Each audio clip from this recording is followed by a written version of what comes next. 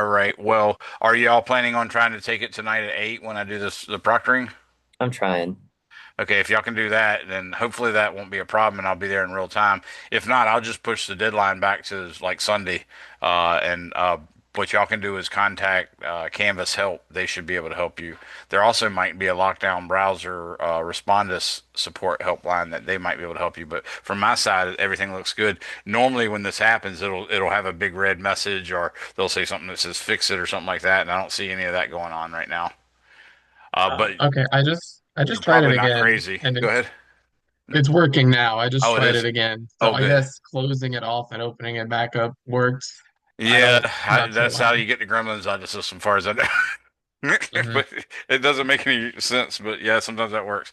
Well, hopefully that'll work for you. Are you planning on taking it tonight too, Jacob? Yes. How late can I join the Zoom meeting? Because I physically won't be able to until about maybe 9. If I'm still there, I'll let you. It won't be a problem. I just want to make sure Okay. everybody lets me know because I'm really freaking exhausted. I've been moving furniture and stuff, so I'm doing this, just to help everybody out, and I'll be so exhausted. But as long as people let me know that they're planning, I just don't want someone to haphazardly show up late. So I'll work with you, bud. All right. Thank you so much. You're welcome. Thank you for letting me know, and I'm sorry about the problems you had. Anybody else have any questions? Horrible insults you wouldn't have helped me with? Not because anybody did, by the way. I'm just saying. Uh, all right. Looks like everybody's good to go then. So when we last met, we were talking about not only work, and I showed you those fundamental mathematical theorem, or that mathematical theorem that basically says if one of these things is true, then they're all true, which is a very, very powerful conclusion to reach. So basically, it tells us about conservative forces. And what I'm going to tell you now is that when you have a conservative force, as that theorem showed yesterday, then you can find, or as it said, there exists a scalar function u such that E is equal to the negative gradient of u, or excuse me, F, RE, meaning electric field, E, or the force field F, is equal to the negative gradient of E. And then I took a little bit of time to show you what a gradient was roughly, to show you well, actually, I did a calculation on that one, to show you what a divergence was. In that case, I just did a generic one without any real function. And then I showed you roughly what a curl was. All of those are vector calculus operations that are very interesting and helpful and powerful, but it's not really your time. You don't have to be doing that stuff yet in 241. However, 242, yeah, you got to do that. But you certainly have the tools to at least do gradients right now. So what I want to go on from here is going on in chapter 8, and we're going to start off with introducing a concept called potential energy, which I've sort of hinted at.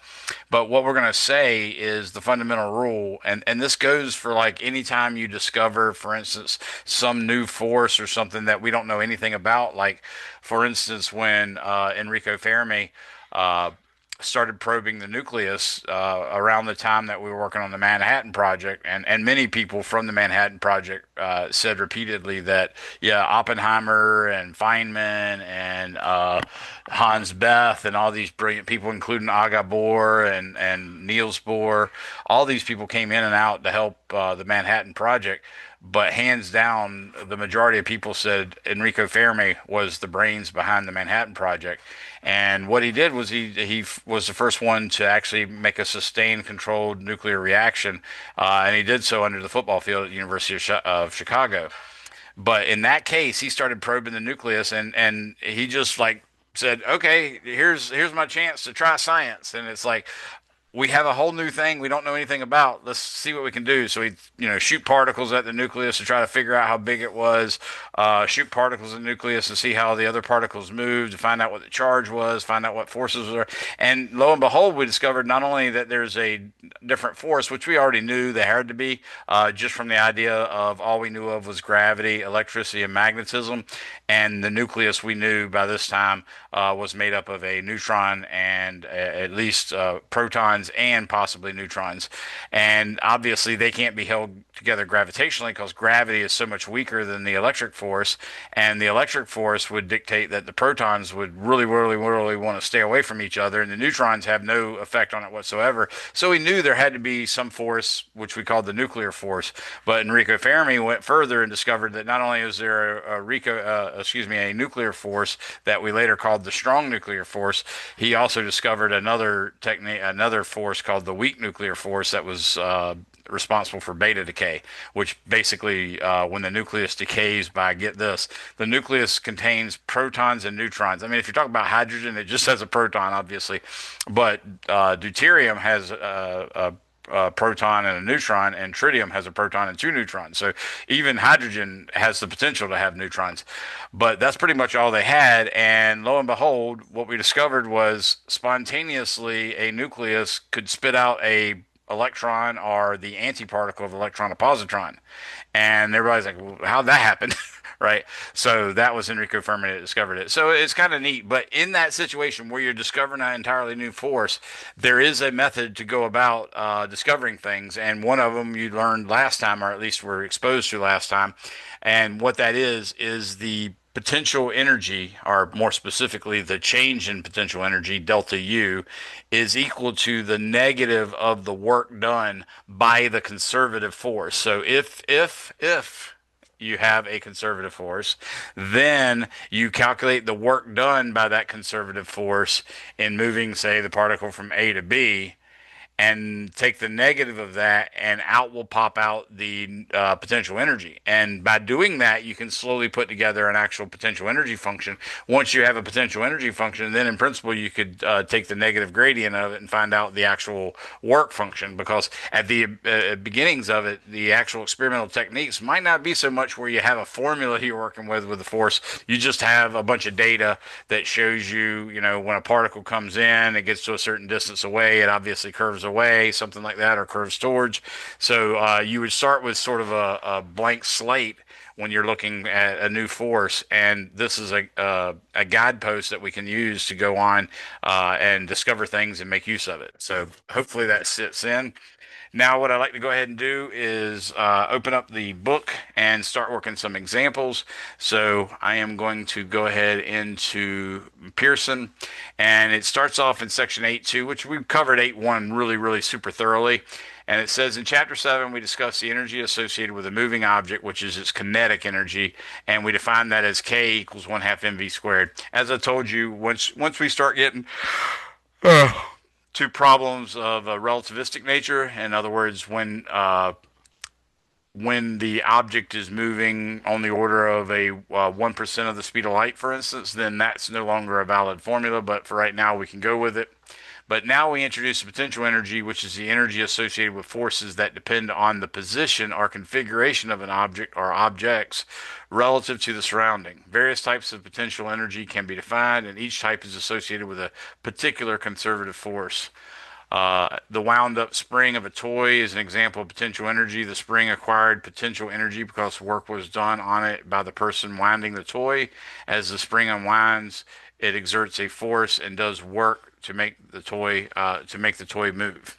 So we can start off with something simple like looking at gravitational potential energy, because guess what, the gravitational potential energy does turn out to be a conservative force, and you can do that by calculating that curl I mentioned last time. Not necessarily that you'd want to, but you can. Just for the record, let's go ahead and I will show you the startings of that. But before I do, I got to go ahead and share my screen with you. Again, feel free to stop me and ask me questions at any point. You can chat them, but I'm not always paying close enough attention, so I might miss you when you chat it. But you're welcome to speak up. I'm not offended by a student interrupting me while I'm talking. That's what you pay me these big bucks for, guys. All right, so I've got this document here opened up. Actually, I was trying to make the window a little smaller, but it decided that it does not want me to do that.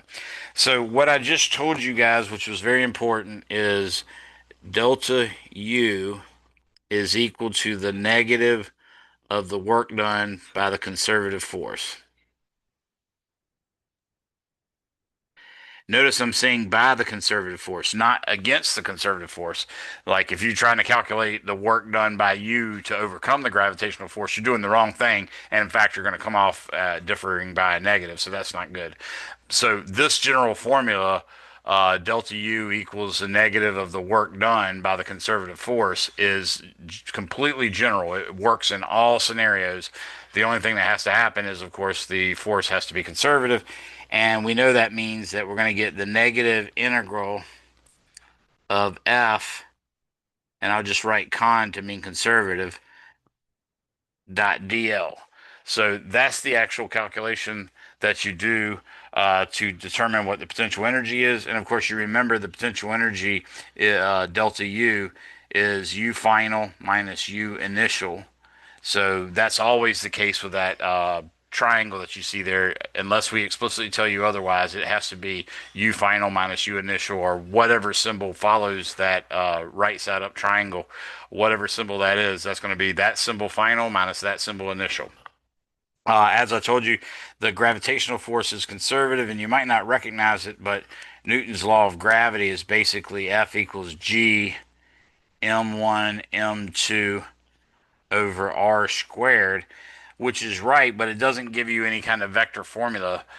So if you imagine that one of the masses is at the origin, say m1 is at the origin, then it's what we call, or we can easily interpret it as what we call a central force, in which case we could make a vector out of it, and we'd say F is equal to G m1 m2 over now I'm going to say x squared plus y squared plus z squared, which by the way is r squared. And that just gives us the magnitude squared of the distance between them. But I need a actual vector to indicate the position as well. So we're going to say x I hat plus y j hat plus z K hat, and that's part of the nasty beast that you'd want to put in that matrix if you wanted to calculate that it was conservative. So you'd actually put it in as the second row, or excuse me, as the third row in the matrix, and you'd calculate the appropriate derivatives. And lo and behold, not only would it come out to be zero, it would come out to be identically zero, which means you don't have to put in a specific x value or a specific y value or a specific z value or a specific x, y, and z value to make it equal zero. It actually turns out to be zero no matter what. Once that's the case, then you know it's conservative. So let me show you, for instance, how we'd calculate the potential energy of imagining lifting an object from some height to some other height. So let's start off with just imagining that we have the ground here.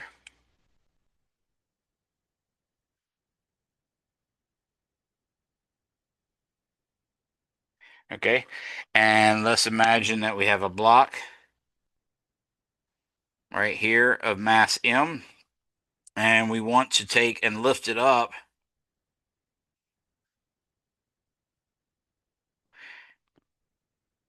to some new height, which we might want to call, for instance, h. Okay, now this little green chunk of grass that you see, that could actually be the top of the hill, and that's certainly fine. By doing it this way and saying the height from where it was to where it is, or where it will be, is h, we're making the assumption sort of that the height equals zero at ground level, and the height equals zero is going to turn out to mean the potential energy is equal to zero. And you might say, well, what about a person standing on the ground adjacent to the hill or to the mountain that this is on top of? They would certainly not agree that the potential energy is zero when it's sitting on the ground on top of that hill. But it turns out that in that case, the potential energy at the bottom is going to be, it turns out, mg times y, where y is the height from whatever you called y equals zero to the height of the ground at the top of the hill. And then the potential energy at the top would be mg parentheses y plus h. So you'd see in that case that the change in potential energy is mg parenthesis y plus h close parenthesis minus mgy, and that gives you just mgh. And lo and behold, if you worked it with the other one, it would be mgh minus zero. So you get the change in potential energy is the same either way, and that's the critical point. So now that I've addressed that, what we're going to do is imagine that I lift this mass m up with just a big enough force to overcome gravity. In which case, I'm going to apply exactly the same force, mg, because we know mg is the formula for weight.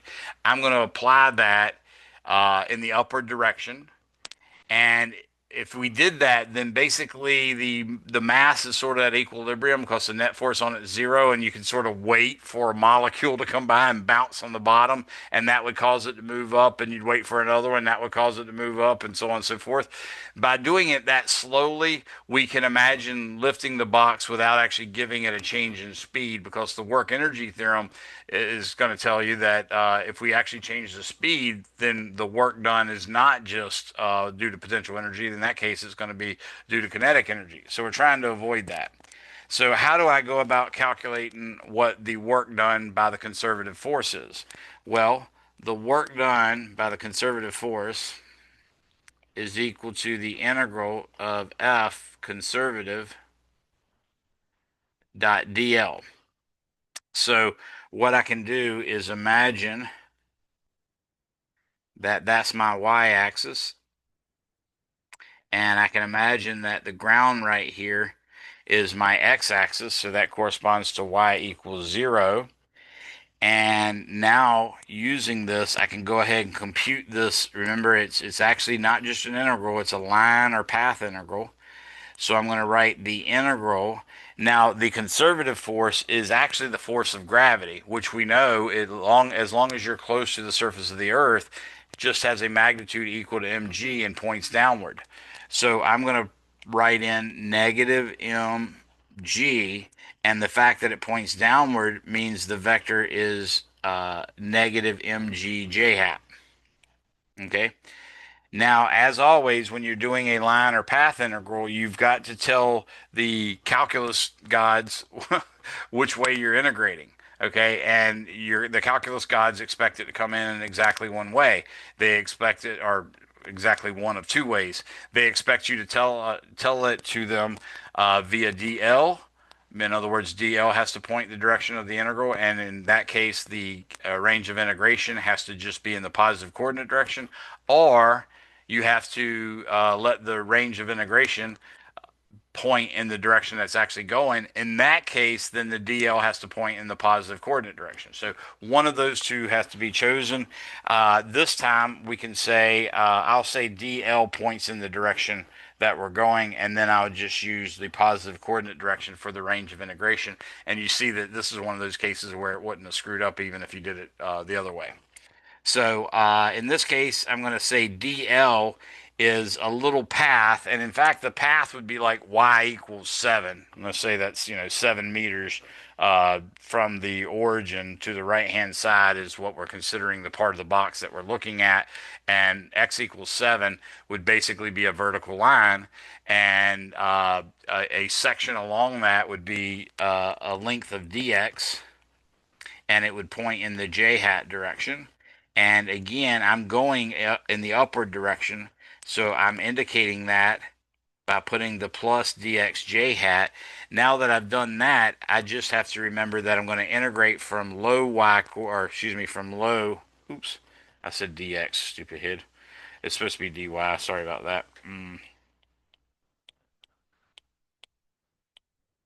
I know why I said dx, because I was just telling you the equation was y was x equals 7, but it's positive dy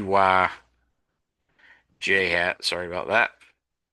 Okay, and now I'm going to integrate from y equals 0 to h. So notice y equals 0 to h is the positive coordinate direction. And notice that the positive dy j hat is also the positive coordinate direction. So this one tells you that we're clearly going in the positive coordinate direction, and that's why both of them are saying the same thing. So it's not like I've accidentally specified twice. I was just following the rules. Okay. Now, in order to do this, I did teach you about the linearity of the dot product, and you know from calculus that the mg is just a constant, so that can come right out in front of the integral. So what I'm going to do is I'm going to take the negative, the m, and the g and put them out in front, and then I'm going to write the integral y equals 0 to h, and then I'm going to say dy, and then I have to deal with the dot product, which is j hat dot j hat. And of course, j hat dot j hat, I bet you all of you can tell me what that is. And I just opened the chat window in case anybody is trying to tell me. Uh, so j hat dot j hat, remember the dot product is the magnitude of the first vector times the magnitude of the second vector times the cosine of the angle between them. So that means 1 is the magnitude of j hat. 1 is also the magnitude of the second j hat. And cosine 0 degrees because the two vectors are identical. So obviously the angle between them is 0. So all of this means that j hat dot j hat is exactly equal to 1. And now I have negative mgy,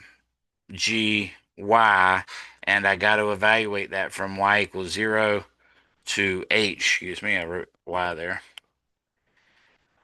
And in fact, this becomes negative m times g times h. Now, as we said, delta u, which is u final minus u initial, is equal to the negative of the work done by the conservative force. And we just calculated the work done by the conservative force. So if I multiply that by a negative, I get positive mgh. And noticing that the formula basically comes out in the form of mgy, right? That is the actual function that turns out to be the potential energy. And the U final is therefore mgh, and the U initial is therefore mg parenthesis 0 close parenthesis. So that's really what's going on here. And what we're saying is this mgh is actually equal to, and I'm going to write it in red just so it'll stand out. This is equal to mg h minus mg 0. Therefore, u of y is just equal to mgy. Okay? So that process, that integral that I just did, that is exactly the process that you have to go through if you find a new force and you want to calculate what the potential energy of it is, and you either believe or already know that the force is conservative. Anybody have any questions on that? So in general, you could say delta U is equal to mg y final minus mg y initial, and all of that is certainly fine.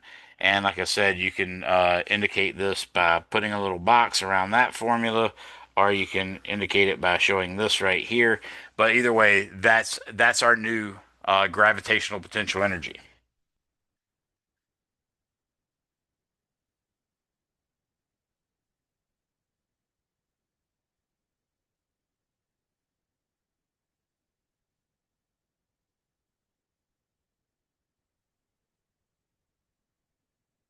Now, it turns out that this is actually only true when we're fairly close to the surface of the Earth, or at least close to sea level on the Earth. Once we start to get a height above sea level on the Earth, such that are a depth below sea level on the Earth instead of above, once we get a difference between sea level that's comparable to the radius of the Earth, then we really can't use this formula anymore. So we'll have to deal with that in a little bit, and I'll show it to you. It's not a big deal, but that's our gravitational potential energy again for the case where we're close to the surface of the Earth. Anybody have any questions? All right, so I'm going to work example 8.1 here. So example 8-1. I'm going to do like I did last time and read it out. This is a good time if you actually have your web browser open to your e-text, then you can actually read along with me. Or you can, and of course, I don't want to show it on the screen because that's definitely a big copyright violation. And I'm sure reading it is not much better, but a little better, and it's a lot harder to get caught. So we're going to do that. Example 8.1 says potential energy changes for a roller coaster. A 1,000 kilogram roller coaster car moves from point 1, figure 8.5, to point 2 and then to point 3. So a 1,000 kilogram roller coaster moves from point 1 to point 2 to point 3. I'll draw a picture of that in a second. A, what is the gravitational potential energy at points 2 and 3 relative to point 1? That is, take y equals 0 at point 1.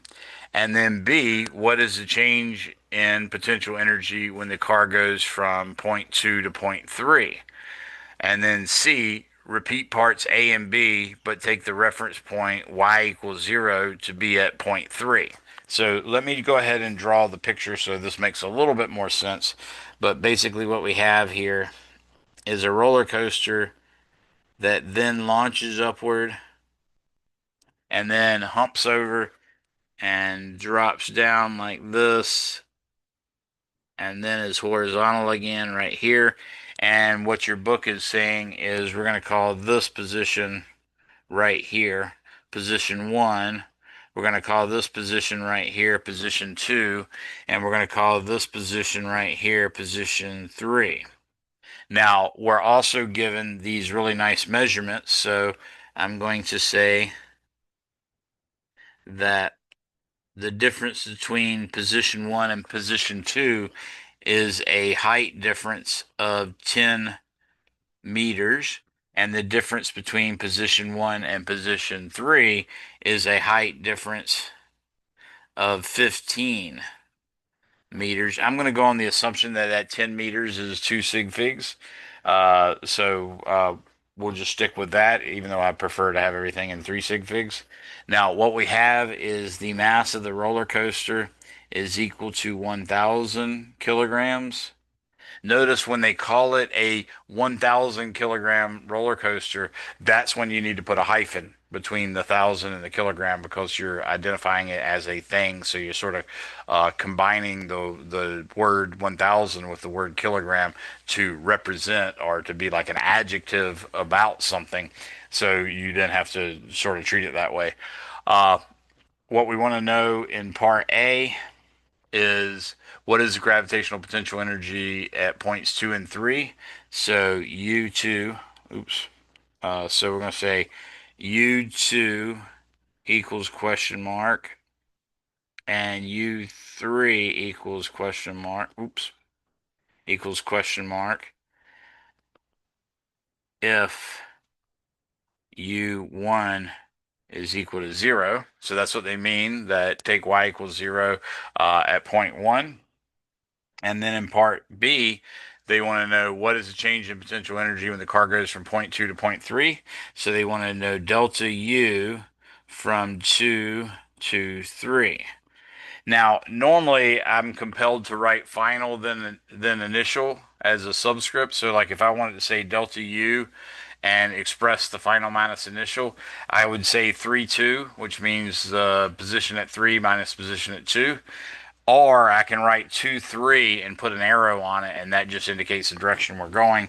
I just wanted to show you that that's yet another way of indicating it, but otherwise we just say U3, 2, and everybody would understand that. Oh, you mean U3 minus U2. Okay? And then part C, they want to know repeat parts A and B.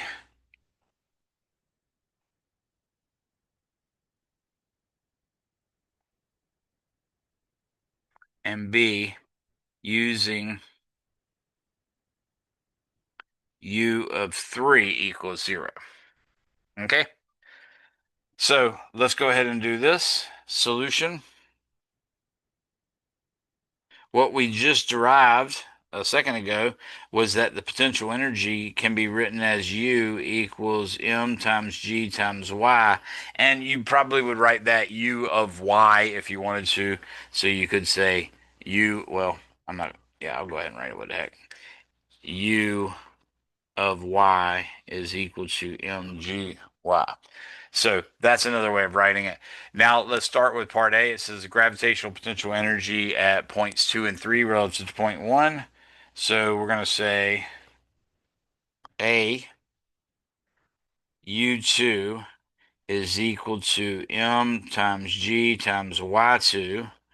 And we're saying, in this case, letting u1 equals 0. So for part A, we can sort of imagine this. I'm going to draw it with, let's say, black. No, I'll do a purple coordinate system.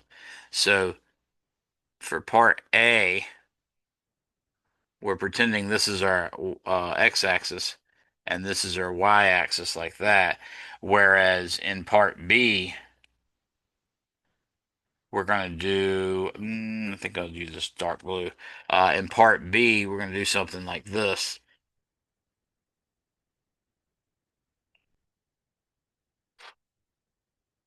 So I'll say this is x sub b and this is y sub b. And we'd also call the purple one, of course, we'd call that y sub a and x sub a. Just to indicate that, hey, these are the two coordinate systems we're using, so it makes a little bit more sense. So U2 equals mg y2, which means the y2 is literally the y coordinate using the purple coordinate system. So in this case, we're going to write 1,000 kilograms times 9.80 meters per second every second times, now you can see the elevation of 2 above the coordinate origin with the purple coordinates is 10 meters. So we've already reduced this down to only 2 sig figs, but we have 1,000 times 10 times 9.8. So this is 9.8. And that's really all the sig figs we have. So I'll underline the 0, but it's 9.80 times 10 to the fourth. And the units are meters times kilogram meter per second squared, which is a Newton meter, which is a joule. So this is U2.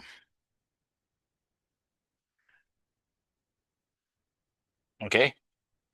Now, if I want to know U3, which I do, U3 is equal to M times G times Y3. And of course, this is again 1,000 kilograms times 9.80 meters per second. And this time the y coordinate is actually below the x-axis and it's 15 meters below. So the distance is negative 15 meters. Again, this brings us to only 2 sig figs. So 1,000 times 9.8 times 15 gives us, and of course I'm just putting the negative in, gives us 1.47 negative, negative 1.47 times 10 to the fifth place. So times 10 to the fifth power, and that's joules, and that's equal to U3. So we now see that the potential energy U3 is negative 1.47 times 10 to the fifth. Any questions on that part? Now for part B, they want to know what is the change in potential energy when the car goes from point 2 to point 3. So B, we say delta U, and remember it's final minus initial, but we can also write that as final subscript followed by initial subscript. So in this case, it is 3-2, but that's also equal to, like I showed you a second ago, 2 arrow 3 like that. Either one doesn't matter too terribly much, but I just want to make sure that you can understand the literature and the words that are used and the symbols that are used in most physics textbooks. So this is going to be, in fact, u of 3 minus u of 2. And we know U of 3 is negative 1.47 times 10 to the fifth joules minus 9.80 times 10 to the fourth joules. So we can say negative 1.47 times 10 to the fifth minus 9.8 times 10 to the fourth. And that gives me negative 2.45 times 10 to the fifth joules.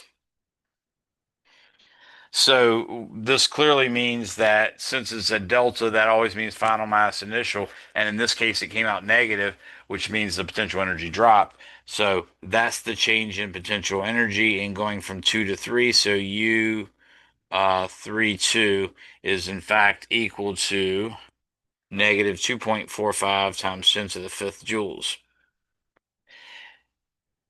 Anybody have any questions on that part?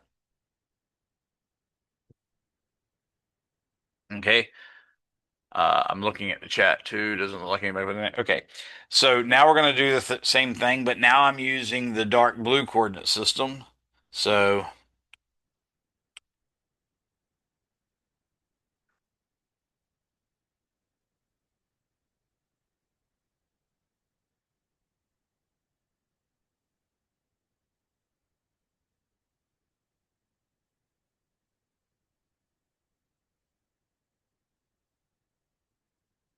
we get the following. U2 is obviously equal to M times G times Y2, which is 1,000 kilograms, times 9.80 meters per second every second, times now Y2, the height of Y2 measured with respect to 3 is in fact 10 meters plus 15 meters, which is 25 meters. So I can now say 1,000, and I guess you're probably going to guess already what exactly the number is, but let's see if you do. 1,000 times 9.8 times 25, and lo and behold, you get two. Whoa, there it goes again. Really am not impressed with this supposed good notes. 2.45 times 10 to the fifth joules is the potential energy at 2. U3 is MGY3, again using this dark blue coordinate system. That gives me, there it goes again, that gives me 1,000 kilograms times 9.80 meters per second every second times, in this case, the Y is actually 0.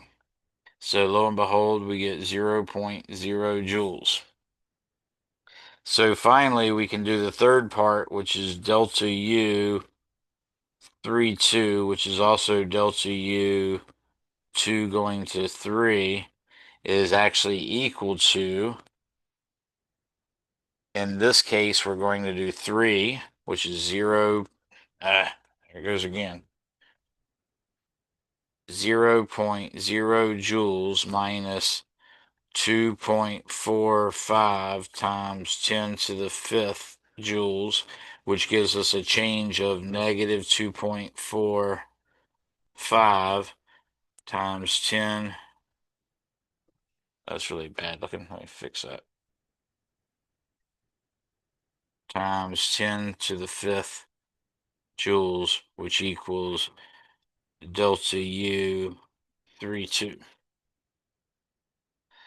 So you see, just as I was hinting to earlier when I was talking about being at the bottom of a mountain, looking at us lifting a box that's sitting at the top of the mountain, how we basically consider different points to be or different heights to be the zero potential energy. If you're at the base of the mountain, you might say your height is the zero. If you're at the top of the mountain, you may say the height of the ground where you're standing is the height y equals zero. And what this has shown us is doing this, we get exactly the same answer for the change in potential energy for the two things. And that's really what matters. It turns out that you can actually add any arbitrary constant to a potential energy function. And because remember, the force is normally in classical physics, which means the stuff that Newton does. In classical physics, the force is really the thing that does all the work, and of course is the thing that you can readily measure and that sort of stuff. So when you go to calculate the force, you have to take the negative gradient of u, which means the derivative of u. And you can see if you're taking the derivative of u, you get exactly the same answer if it's the derivative of u versus the derivative of u plus 4 or u plus 1,000 or u plus a million. It doesn't matter. Obviously, the derivative is still going to be the derivative of u. But so an arbitrary constant may be added to any potential energy function. And we'll find out later if you stay in physics or maybe go into other branches of highbrow science, you'll find out that there's actually a whole study of what you can do to potential energy functions and various other things and have them still be consistent with reality. And they're called gauge transformations and stuff. So you can invent a whole nother branch of physics and all sorts of cool stuff using that. Anybody have any questions on example 8.1? Okay. Your book does say potential energy in general, and it says delta U equals the negative of the work done by gravitational, or excuse me, by the conservative force. And that's what we've already explained. There's another elastic potential energy. That's one I explained last time. So when we did the work done in compressing a spring and we got 1/2 kx squared, and that was done when we compressed it from x equals 0, meaning the equilibrium position, to x, the kinetic, or excuse me, the work done was 1/2 kx squared. And also, if we stretch the spring, okay, from x equals 0, which is the equilibrium position, to x equals x, we get exactly the same formula, 1/2 kx squared. So it turns out you can think of that as work being done, but since the F equals kx is a conservative force, you can also think of it as a potential energy. And of course, we remember that the potential energy can be determined by using the fact that the change in potential energy, delta U, is equal to the negative of the work done by the conservative force. Sorry about that. Any questions, anyone? Now, your book does go about telling you what I hinted at last time. So, what I hinted at last time was that the force is going to be equal to the negative gradient of u, and that u in general could be a function of x, y, and z. And by the way, if you're actually in coordinates other than Cartesian coordinates, x, y, z, uh, the formulas get quite complicated. So you have to actually there's some calculus and some mathematics that has to be done in order to make sense of what the gradient operation is in different coordinate systems. But you can readily look those up when you start doing it. I will tell you that notice I have F on the left hand side with a vector symbol over it. In general, the right hand side has to be obviously a vector. You can't have a vector equal to a scalar. But that being said, almost no one writes an actual vector symbol over top of the gradient operator. Uh, but if you're in typesetting where you're doing it in a textbook or something like that, then you might actually make the gradient, the del operator there, you might make that in bold print, or you might even make the del and the u in bold print. But that's actually what it is. Now, if you're talking about u being only a function of x, then if u equals u of x, then f is equal to the negative derivative of u with respect to x. And of course, that has to point in the I hat direction. So that's what makes it a vector on the right and a vector on the left by putting the I hat. So that's the non-super fancy partial derivative version of the gradient. Because really, if the function only has one variable, the what we call a partial derivative is no different from a regular derivative. Let's look at another example. This one's going to be example 8.2.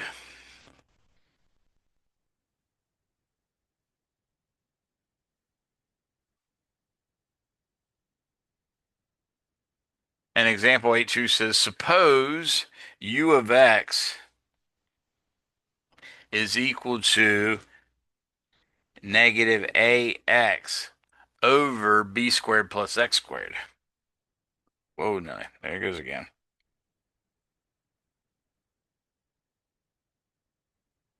So if that's your actual potential energy function where a and b are constants, what is f as a function of x? So that's the question in its entirety. What we just learned is that f, so we'll say solution,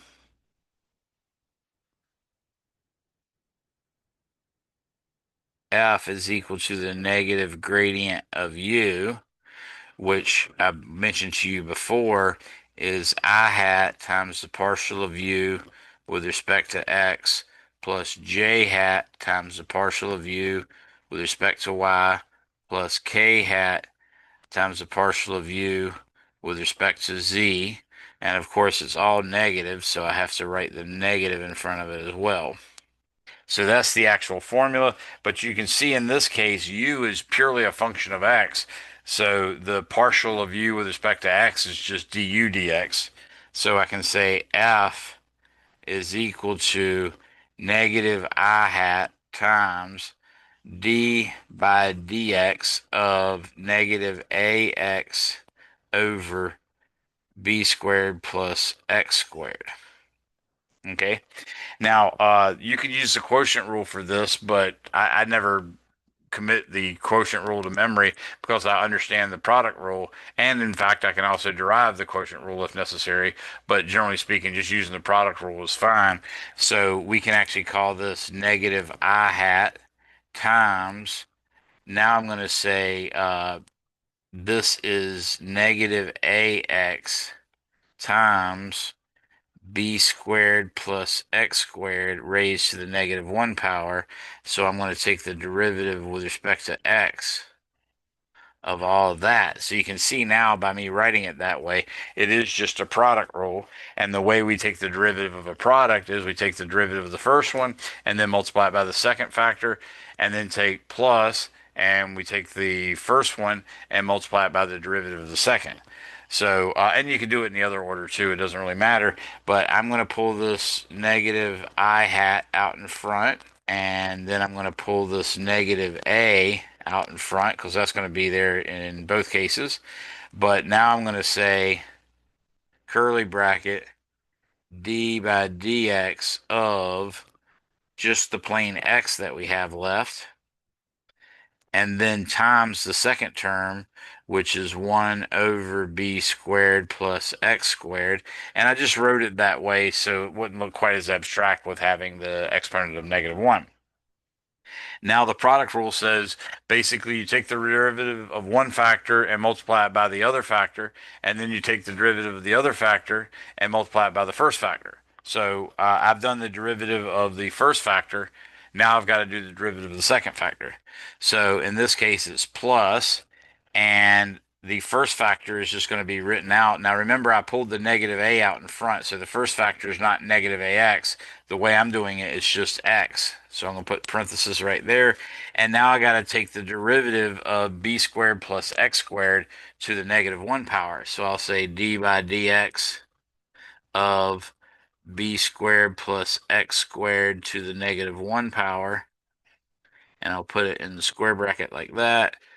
And I'll end my curly brackets that way. And now we can see the negative I with the negative A is going to give us a I hat. So I'll write a I hat. Now I can work out the rest. The d by dx of x is just 1. And then we have 1 over b squared plus x squared. And then we have x times the derivative of b squared plus x squared to the negative 1. So we're going to take the derivative of u to the negative 1 power. That is negative 1 times u to the negative 2. So that'd be b squared plus x squared to the negative 2. And now I've got to take the derivative of what's inside of the b squared plus x squared because we treated b squared plus x squared as u, and the chain rule dictates that when you take the derivative of some function with respect to u, if you want to take the derivative with respect to x, you got to take the derivative of it with respect to u times the derivative of u with respect to x. So the derivative of b squared plus x squared with respect to x is just 2x. So we now have all the parts that we really need. I just need to go back and maybe simplify a little bit. So this is going to be a over b squared plus x squared. I'm going to leave the I hat till the very end. And I now see that it'll be minus x over b squared plus x squared.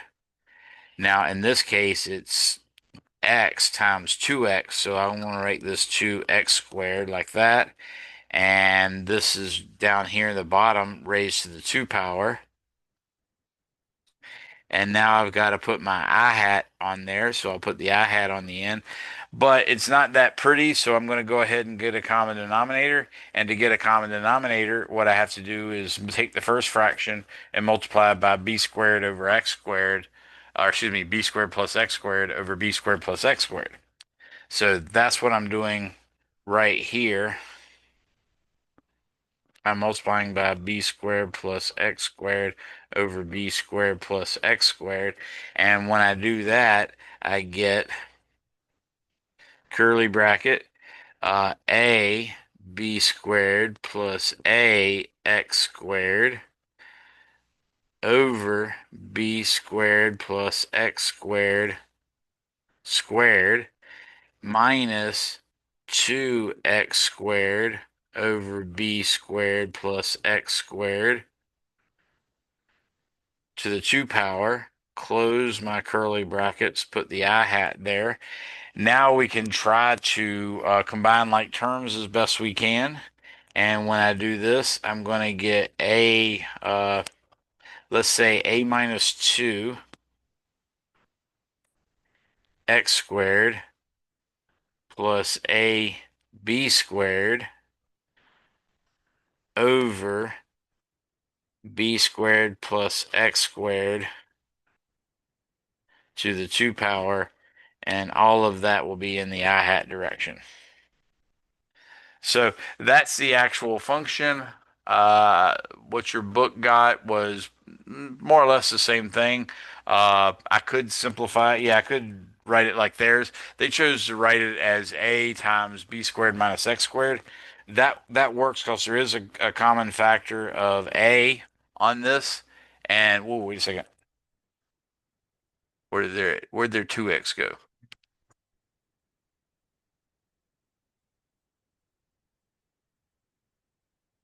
2x times. Oh, I know what happened. I forgot to multiply my a in there. So notice here, everybody, when I distributed the a, that was right here. For some reason, I only left it there. I didn't put it there. So I'm off by an a in that, and this would actually be an a here as well. So that actually would make more sense. Sorry about that. So let's go ahead and put this in right here. I'm going to say the A goes in there. And of course, right in here, the A goes in there as well. And of course, right in here, the A goes in there as well. So I got A x squared minus 2a x squared plus a squared b squared, or plus a b squared. So let me regroup and see if it makes more sense to write it the way the book has it. So I'm going to say a x squared minus 2a x squared plus a b squared. So in this case, you can see, still not getting a 2 on there. Where did their 2 go? That looks fine there. The 2, the derivative of this came 2x. So they had the 2x there. That makes sense. And it's 2a x squared.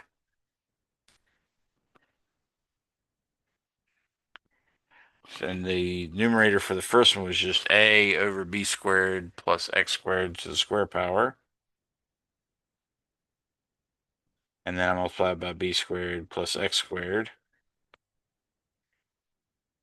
So it's a squared plus a times b squared plus a times x squared. That's right. And then, yeah, this all looks okay. I don't see, I mean, it's not necessarily exactly the same as what the book is having, but nothing's jumping out at me as a blatant error. But I may have dropped something somewhere because I'm not immediately seeing the expression that the book got. So let's look at this. I'm focusing on this line right here and then this line. So I did have a over b squared plus x squared. That makes sense because the derivative of x with respect to x is just 1. And the a was already out there, so that gave in there. And then I had x times d by dx of b squared plus x squared to the negative 1/2 power. So that's, or excuse me, to the negative 1 power. So that's the x times negative 1. I'm looking at this part right here. That's the x times negative 1 times b squared plus x squared to the negative 2. And then the derivative of b squared plus x squared is, of course, 2x. So I'm going to get 2x times negative x. That would be negative 2x squared. And that is consistent with what I had here, except, like I said, this A, when I pulled it in, I had to include it in here as well. So you now see it is there, and you now see it's here as well. So that's AB squared plus AX squared minus 2AX squared. So let's start. I'm going to kill these last two lines and just see what I can get without the disturbance of the mistake where I left the A out. So let's just start from right here and put the A back in like it's supposed to be. And I'm going to say I have A B squared plus A X squared over B squared plus X squared squared. And then I have minus 2a x squared over b squared plus x squared to the 2 power. And then an I hat to make it a vector, of course. Now we can see we have ax squared. There's what happened. Okay, so now when I combine like terms, I have ax squared minus 2ax squared, which just becomes negative ax squared. That's what I was missing. So now I'm going to have a b squared plus a minus 2a x squared. In other words, I'm trying to write it right now to where it shows more like what we were going to get. So uh, hopefully writing it this way makes it a little clearer to you. Now with the common denominator, b squared plus x squared to the 2 power, and then the I hat there. So right now you can see a minus 2a is just negative a. So we've got a b squared, and then we've got minus a x squared, And did I drop an x squared somewhere with the AB? I did not, but that's not supposed to be, so that's okay. But I do see I have a common factor of A, so I can now factor the A out in front. I put the A out in front. That's going to give me B squared minus x squared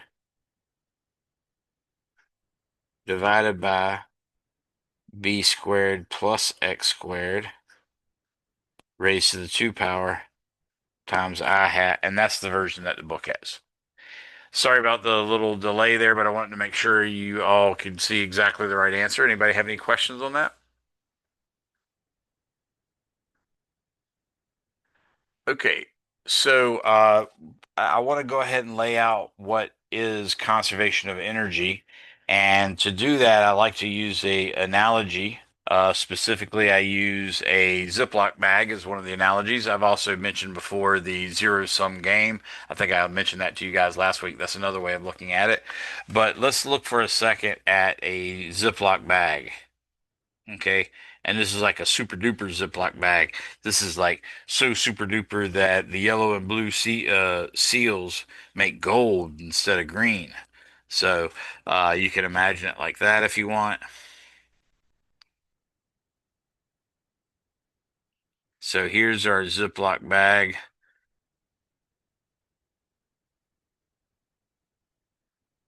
And what I want you to imagine is, now I'm going to go ahead and make this a little less barbaric because I'm trying to show you that what's in the background is dashed because you can't see it that well because you're looking through the bag to see it. So that's why I did those little erasure marks. So there's your Ziploc bag, and what you imagine is a Ziploc bag that doesn't have a hole in it. So whatever errors or whatever you've got in that Ziploc bag is going to stay a fixed amount. But what you can do is you can then divvy it up into little baffles. So you can imagine, for instance, this left-hand side might be kinetic energy. And then you could put another baffle right here. And between the left-hand side and the right-hand side is a baffle in the middle. And that might be gravitational potential energy. But you also might have, let's say, a spring's potential energy. So you could say U spring. And in fact, you could get a bunch of different terms, all these different terms of energies, potential energies, kinetic energies. You could have potential due to chemical potentials. You could have potentials due to nuclear potentials, so on and so forth. I'll just put dot, dot, dot for this other baffle. And what I mean by this image is, for instance, if I take my Apple Pencil and I throw it up, when it leaves my hand, it has pretty much only kinetic energy. Now, you might say, well, Mr. Younger, you threw it up and it's clearly a good 2.5, 3 feet off the ground when it left your hand. You'd be right. But remember what I told you, you can add any arbitrary constant to a potential energy function you want. So what I'm going to say is I'm going to subtract an arbitrary constant, the mass of the pen times G times the 3 feet that it leaves my hand at. So I'm basically moving my coordinate system up where the zero of the y-axis is right where the pen leaves my hand. When that happens, of course, that means the instant it leaves my hand, all those baffles are flat except for kinetic energy. Kinetic energy baffle is, pretty full because it's 1/2 mv squared, the velocity that I sent the pen up with. Now, as the pen goes upward, we're increasing the gravitational potential energy. So you can sort of imagine a semi-permeable membrane between the K and the UG. And in this case, we're actually don't have any other baffles. So the US doesn't exist, the dot, dot, dot doesn't exist, so on and so forth. We just have two baffles. But what's going on is as the pin gets higher and higher, UG is getting larger and larger, but it's getting larger and larger by the exact same amount that K is getting smaller and smaller and smaller, so that when you get to the peak of the motion, in other words, when you threw the pin up, when it reaches max height, at that point, all the energy was in fact just potential energy. So in that case, we have a really fat UG baffle, but we have a completely empty K baffle. But as you know, when you throw something up, it's going to come back down. So as it starts to fall back down, that fully packed UG baffle is going to start to decrease, and that K baffle that was completely empty is going to start to increase. And in fact, the amount that the UG decreases is exactly the amount by which the K increases. Does that make sense to everyone? And that's just a simple case for, two terms where you had a kinetic energy term and a gravitational potential energy term. But you could do it with any number of terms. And you could have, one baffle being squeezed, and then that fills up a little bit of baffle two, but it also squeezes into a little bit of baffle three and maybe a little bit of baffle seven. Right. So you can do all those different things, but the main thing is the total air in the Ziploc bag stays fixed in this model. And that's air. That air represents basically what we call the total mechanical energy. So, total mechanical energy.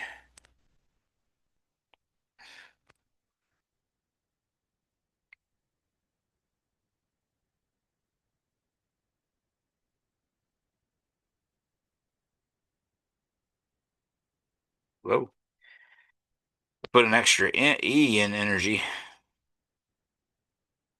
So, total mechanical energy might be something like, there goes the thing changing to an erasure again.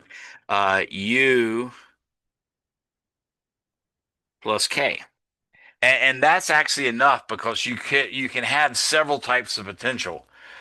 So when I write U, that doesn't just mean gravitational potential energy. That could mean gravitational potential energy, but it also stands in for, let's say, spring potential energy. It also stands in for nuclear potential energy. It also stands in for kinetic, or excuse me, chemical potential energy. And kinetic energy stands for a lot of different things too. You could have kinetic energy 1/2 mv squared for the pin actually just moving what we call translational motion. But it turns out if you take a pin and rotate it about its, and this is true for anything, not just the pin, but if you take an object and rotate it about a center of mass, that has some kind of kinetic energy as well, because the center of mass might just be rotating in place, so it has no 1/2 mv squared. But if you just go over a micron above it, lo and behold, that sucker's moving. And if you go a micron below it, lo and behold, that sucker's moving too. So there's another way of calculating kinetic energy associated with that rotation. It turns out to be 1/2 I omega squared, where I is the moment of inertia and omega is the angular speed. But the key thing is this K represents all of those. It could also represent the kinetic energy that an atom has, or excuse me, a molecule has, because the two atoms at the end of the bond are vibrating. There could be a potential energy associated with that distance between the two atoms that make up the molecule, but there's also a kinetic energy associated with this one wiggling and another kinetic energy associated with this one wiggling. And then those two could rotate around this way.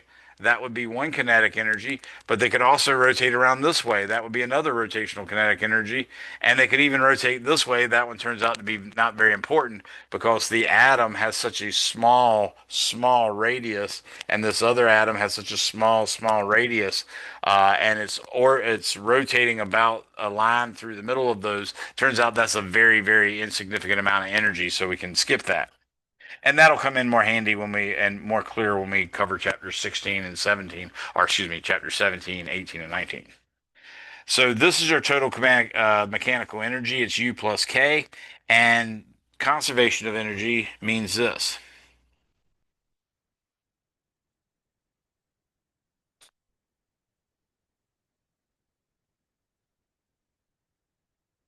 Conservation of energy means U plus K equals a constant.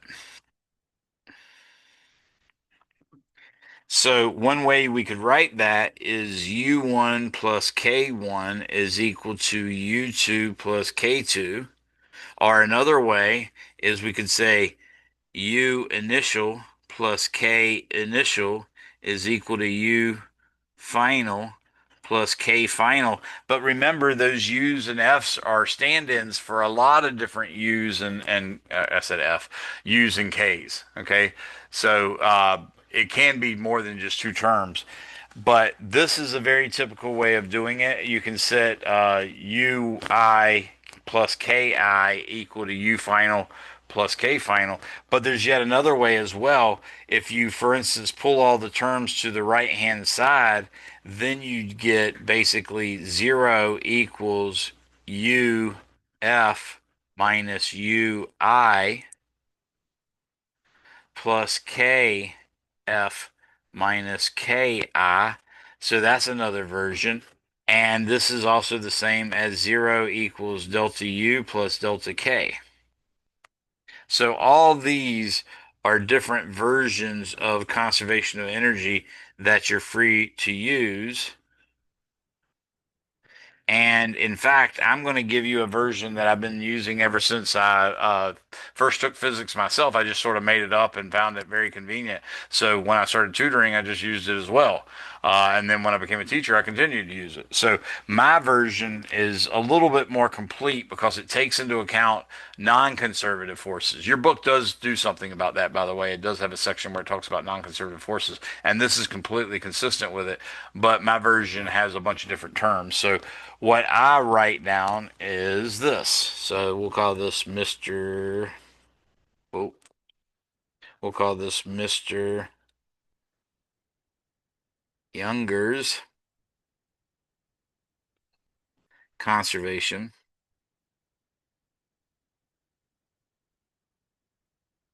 of energy. And for this one, what I write is U initial plus K initial plus work put into the system is equal to U final plus K final plus work put out by the system plus E loss. Okay. So you can see the work in, the work out, and the E loss is allowing me to deal with non-conservative forces. Or in some cases, maybe it's a conservative force, but we're just calculating the work and not taking the time to figure out what the potential is. And again, just like the U plus K is a stand-in for various U's and various K's, there's a lot of different ways you can interpret this version of conservation of energy. But I'm going to show you a very typical problem that sort of shows you a little bit of everything. So let's go on to an example, and this is the third example. So I'm just going to call this example 3. It's not from the textbook though.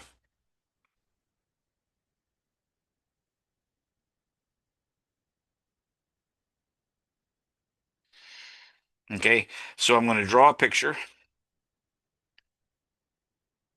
So we have at the top of a hill, we have a flat spot, and then it's going to roll way down a steep hill like this.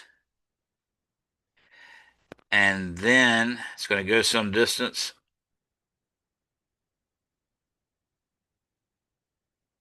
and run into some really, really frictionful surface. And then it's going to get smooth, smooth, smooth.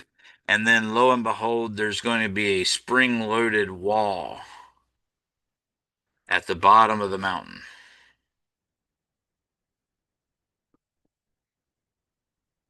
And that's going to be mounted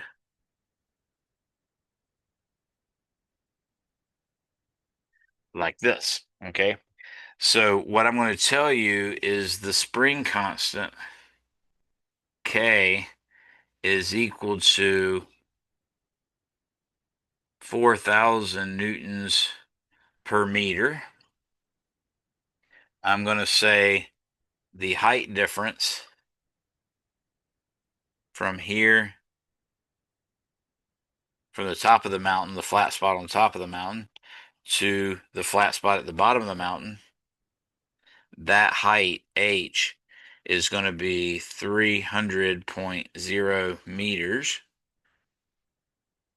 Okay.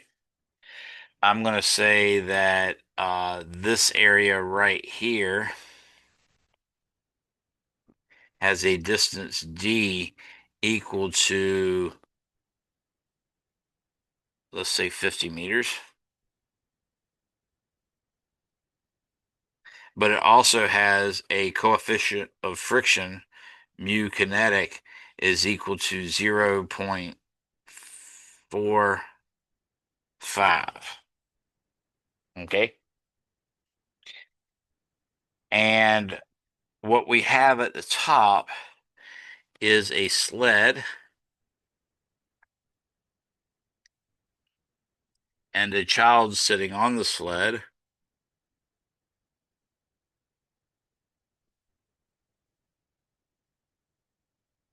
like this, and a happy-go-lucky dad who's enjoying the day with his daughter by giving her a little push down the mountain.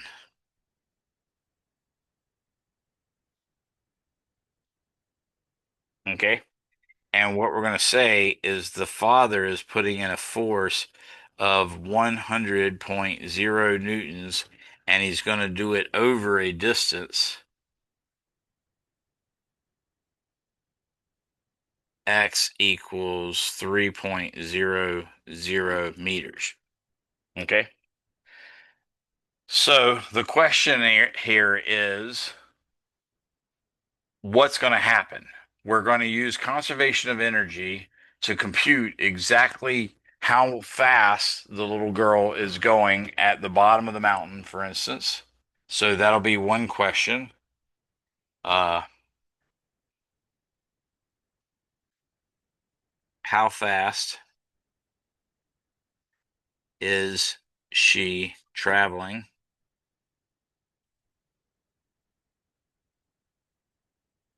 at point A?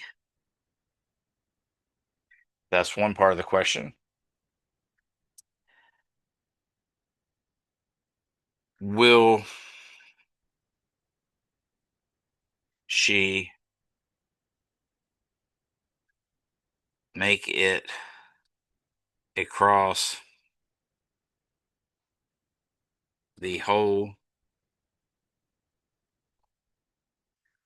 50.0 meters of frictionful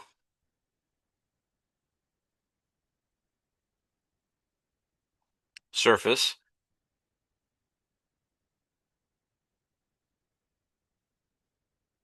And if so, how fast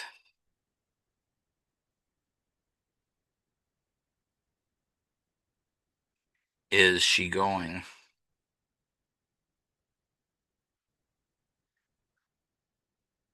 after leaving it?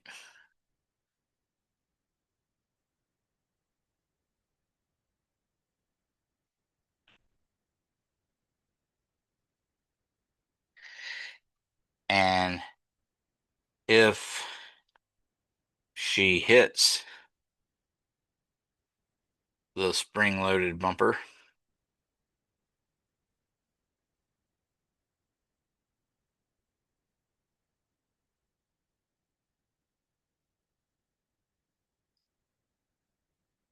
how much will she compress the spring? Okay. So this is a, rather big problem, but it's big in the sense that it shows you all the different ways I could use all those terms. So it gives you at least an example of each of the terms I'm using.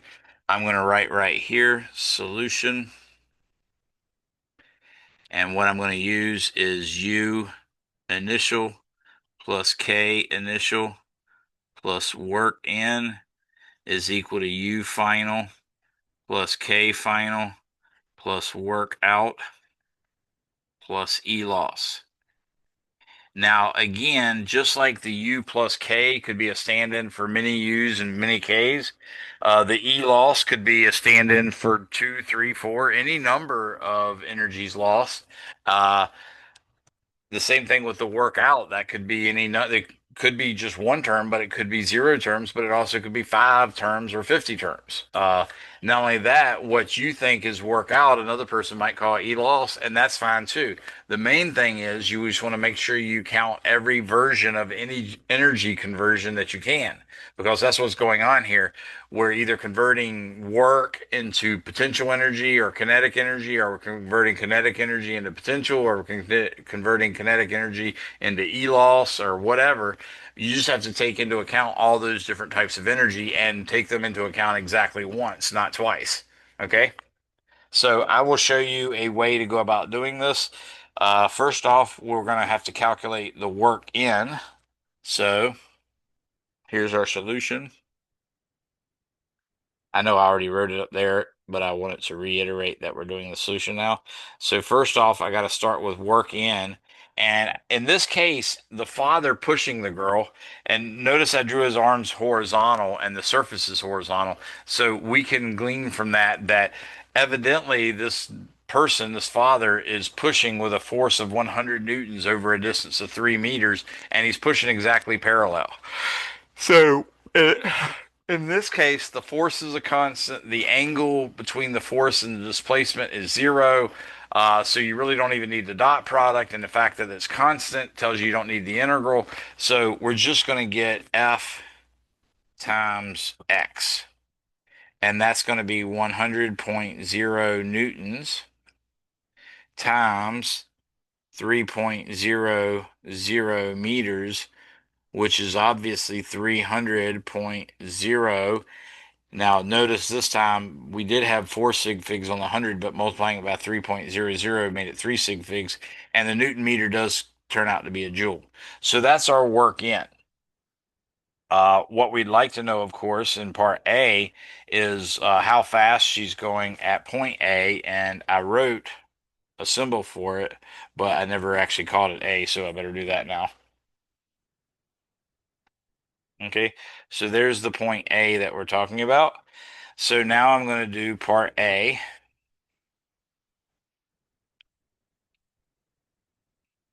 So U initial, I'm obviously taking the y equals 0 to be the ground height at the bottom of the mountain. So we're going to get U initial plus K initial plus work in is equal to U final plus K final plus work out plus E loss.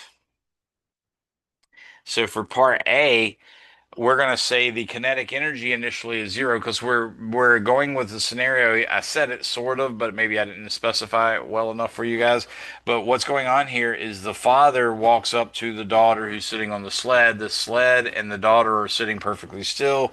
I should say also that their weight or their mass, M, is equal to 75.0 kilograms. That's the mass of the girl plus the sled. But again, the girl and the sled are sitting perfectly still at the top of the mountain. The father comes along and pushes her with a force of 100 newtons over a distance of 3 meters to give her a little kickstart, if you will. But since we're starting initially when the little girl was sitting perfectly still on the sled, then we know that the kinetic energy initially is zero. We know that the work in is not zero. We know that the potential energy initial is not zero, but at point A, the final potential energy is going to be zero because that's exactly at point A where we said y is equal to zero. The kinetic energy at the end is what's going to allow us to determine the velocity uh, at point A. And at that point, there's no work out or E loss that's come into play because we're imagining, because I didn't say otherwise, that the sled sliding on the mountain top as well as down the steep slope, as well as along the smooth surface until it gets to that frictional surface, we're going to imagine that there's no friction there. So we don't have to calculate the work done against friction, nor do we have to calculate the energy lost due to friction, which is another way you could have done it. We're just going to leave those as equaling zero. Okay.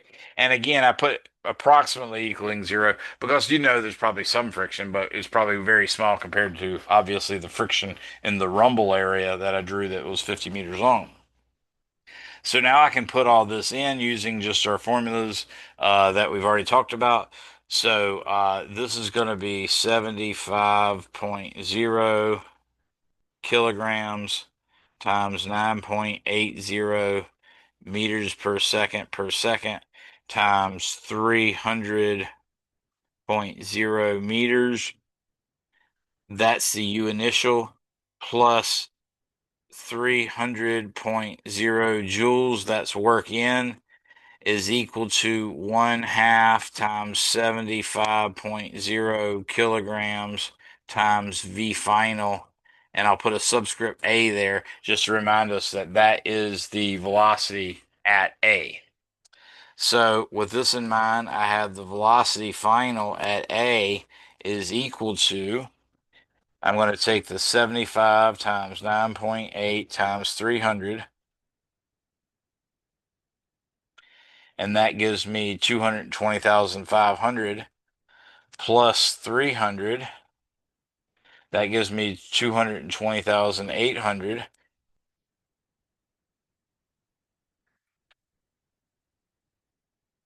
which is way more sig figs than I really have. Obviously, I only have 3 sig figs in this scenario, so these 3 guys are not sig figs at all, and this is joules.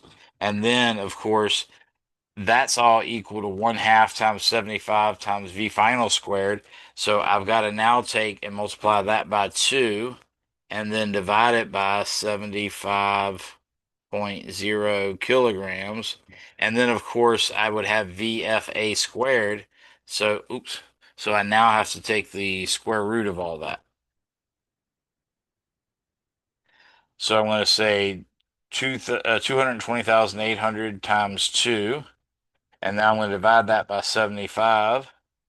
And now I'm going to take the square root of that. That becomes the square root of 5,888 meters squared per second squared. You'll probably remember from last class that when you divide a joule by a kilogram, you get meters squared per second squared. That's why I knew what the units were here. And the square root of meters squared per second squared, of course, is meters per second. So I'm taking the 5,888 and raising it to the 0.5 power, and that gives me 76.73 meters per second, which is really, really, really fast. Okay. This is way, way fast. Remember, it's like a factor of 2.5 or something like that, to convert meters per second to miles per hour. So we're talking like 150. So hopefully this is what I used to call my youngest daughter, Danger Baby, because she actually didn't mind crazy, scary stuff like that. One time went to a mountain that big hill over the water that we're supposed to jump off into the water, and she said, "I want to do it, Daddy." She climbs up to the top. She's like 4 or 5, and she says, "I can't do it." Like, so what do you want me to do? She said, "Will you throw me in?" I was like, "Okay." So I threw her in, and she was good. So, Danger Baby. All right, so that's our velocity at the point A based on what we've done so far. So you've now seen how I used work in, how I've eliminated work out and E loss. I've even given you some examples. Notice also how a lot of terms go to zero. Like if the thing started from rest, obviously kinetic energy initial is zero. If it started or if it ends at a height of zero, then obviously U final is zero. So this is a good first step. Now we figured out that she's going 76.73 meters per second at point A. And for part B, it says, will she make it across the whole 50.0 meter of frictionful surface? And if so, how fast is she going afterwards? So now I can work the same problem again. And by the way, I can take it up as if it's a whole new problem starting at point A, or I can go back to the very beginning, in which case the left-hand side of my conservation of energy equation is still going to be that 75 kilograms times 9.80 times 300 meters plus 300 joules, right? All of that's completely fair game. I can do that, or I can say the initial energy is only U initial equals zero, work in equals zero. All we have is kinetic energy, and that's one half times 75 kilograms times 76.73 meters per second squared. So either way is perfectly acceptable, and I recommend you practice both of them. But let's turn to part B now. So here's part B. And again, I have U initial plus K initial plus work in is equal to U final plus K final plus work out. And by the way, in using this, I make sure all my terms are positive. The only time I use a negative term is specifically when I use the potential energy due to gravity, but it's the big formula that I haven't derived for you yet. That one has a negative value in it, and therefore you have to have it as a negative. But there's a potential energy associated with the being away from some distance r away from a body of mass m, if you're going on the assumption that the distance away is big compared to the radius of the object, then you can't use the mgy anymore. You have to use this new formula. So that's the only time I actually have any terms that turn out to be negative. All of the terms turn out to be positive this way, and you got to force them to be positive that way. Okay. So this is what we're doing here. What I'm going to do is I'm going to choose to think of this as just the, oh no, I'll go ahead and do it from the very beginning. So, uh, from the very beginning.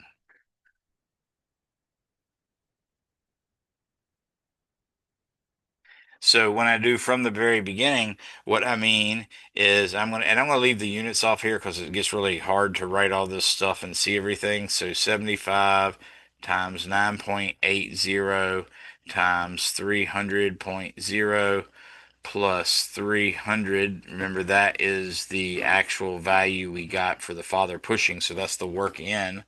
So what we did was kinetic energy is equal to zero. We calculated the potential energy, we calculated the work in. But now what we're going to do is say that she's gotten to a height of zero. So that means potential energy at the bottom is zero. And what we'd like to know is basically how far she can go against this frictional surface. Now, the friction force is actually acting completely opposite in direction to the actual displacement. In other words, the girl is moving to the right, and the friction force is pointing to the left. If you calculated that work, it'd be a negative, but because I put it on the right hand side and called it either E loss or work out, we're just going to treat it as a positive quantity, and that's what you have to do. Okay, so what I can do is say what is the amount of, oh, I left off a term too, workout plus ELOS. So I can use either ELOS or workout and have a distance X on it and set the K final equal to zero and just see how far it could travel along a quote unquote rumble strip like this. So that's what I'm going to do. Everybody understand what I'm saying here? So I'm going to take and set the kinetic energy equal to zero to see how far she could go. So we know the rumble strip's only 50 meters, but by putting it as X and setting the kinetic energy equal to zero, that would tell us how far she could travel along a rumble strip of arbitrary length. If it, was arbitrary length and she didn't have necessarily a chance to run into a spring-loaded bumper or whatever. So I'm setting the U final equal to zero for obvious reasons, the kinetic energy final equal to zero, and I'm going to call this E loss, but it's perfectly acceptable for you to call it work out.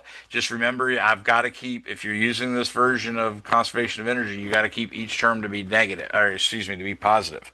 So I'm going to say work out is zero, and I'm going to say it's all the friction force loss.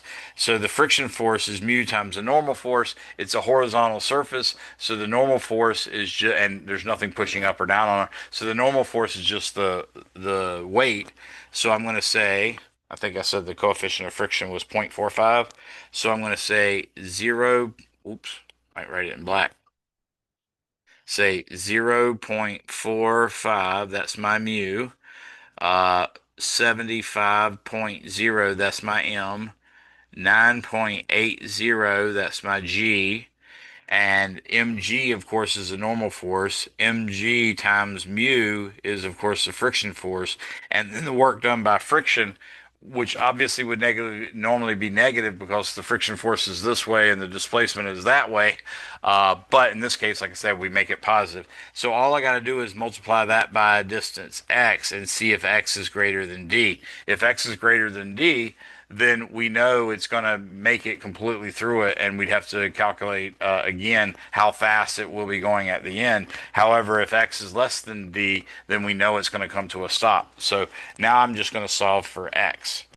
I already know that this is 220,800. That was what we found earlier for the energy on the left-hand side is 220,800 joules is equal to 0.45, oops, is 0.45 times 75 times 9.8 times, oh, that's it. So I'll say times 1. So in this case, I get 220,800 joules is equal to 330.75 times x.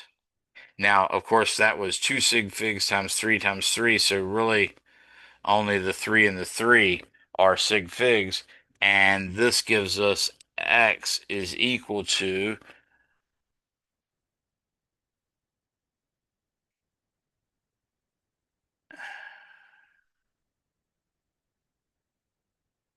so this gives me x is 667.6 meters. And we already know that that's only 2 sig figs divided into 3 sig figs, so I have to call it that. So we now reach the conclusion that clearly the girl will cross the whole frictionful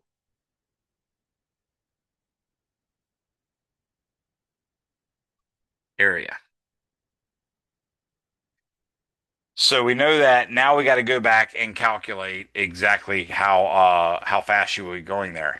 Now I did start from the very beginning. This time I'm going to start from not from the beginning, but from the point A. So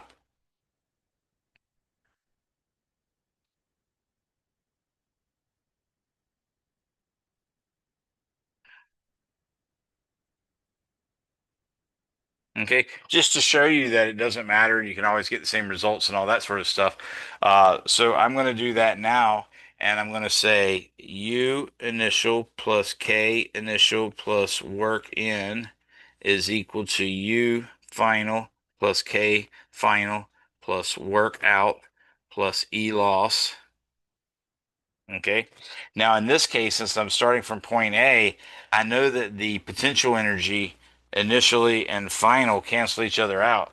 I could treat it as if it's 0 and 0, but if I'd chosen a different y equals 0 spot, uh, then it might have been a little different. But the main thing is they're both the same on either side, so I can cross them out that way, or I can say they're both equal to 0.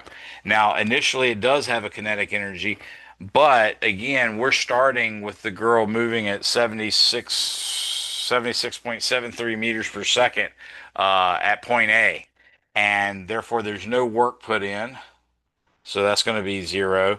And what we're trying to do is find out what the final kinetic energy is. And this time we could either call it E loss like we did before, or we could call it work out. Since I called it ELOS before, I'm going to stick with that. I'm going to say workout is 0. So now I can plug in my numbers.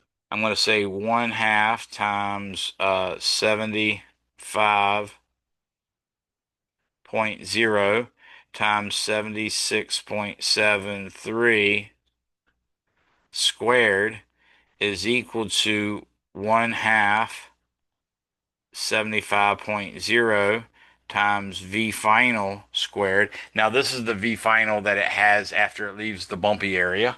Okay. But we also have the E loss, which in this case is the friction force times the whole distance D, which was 50 meters.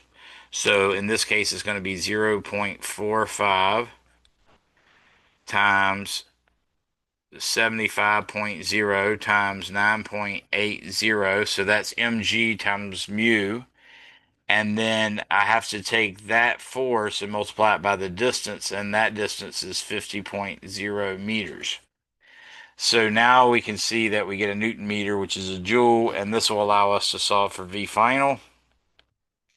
So I'm going to say, obviously, I can already tell what the 1/2 times 75 times 76.73 is. That's going to be that 220,800.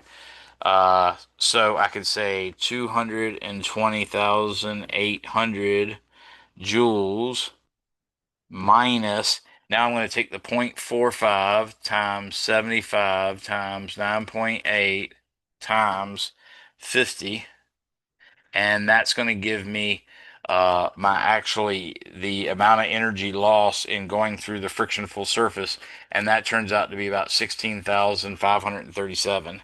So 16,537.5 joules.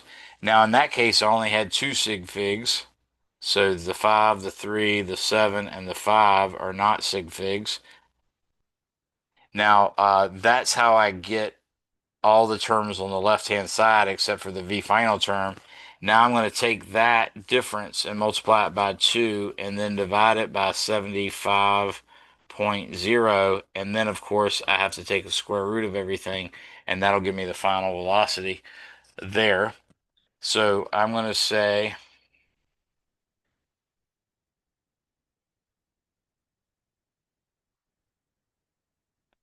16537.5 plus 220,800. So that parenthesis gives me 204,262. Now I'm going to multiply that by 2, and now I'm going to divide that by 75, and I get 5447, so that's the square root of 5447. When you actually subtract the 16,000 from the 220, you basically just get 3 sig figs, so that's cool. And it's divided by 3 sig figs. So we actually do get 3 sig figs again, which is kind of nice. And the units, of course, is meters squared per second squared, but once I take the square root of that, I just get meters per second. And lo and behold, we've slowed down to a whopping 73.80 meters per second. So V final equals 73.80 meters per second at end of rumble area. So the velocity that that the girl will reach after she goes through that frictionful area is not remarkably lower than it was when she when she got to the bottom of the mountain. We went from 76 meters per second to about 74 meters per second. So the rumble area didn't do much. So we're now into part D, and of course, or excuse me, part C. And part C is where we're going to figure out exactly how much the spring is going to be compressed. This is a case where almost everybody would probably call that work out, but you could call it E-loss, and it would just be E-loss based on the amount of work it takes to compress the spring, which is obviously 1/2 kx squared. So starting with C, What we're going to do is I've shown you how we can start from the very beginning or how we could start from point A. I'm just going to start from point A again because it's just easy. Not only that, I'm going to start from point A and just use the 220,800. So I'm going to say U initial plus K initial plus work in equals U final plus K final plus work out plus E loss. Now, in this case, actually, no, I don't want to. I don't want to use it at point A. I'm going to start it off at the point right after the rumble strip.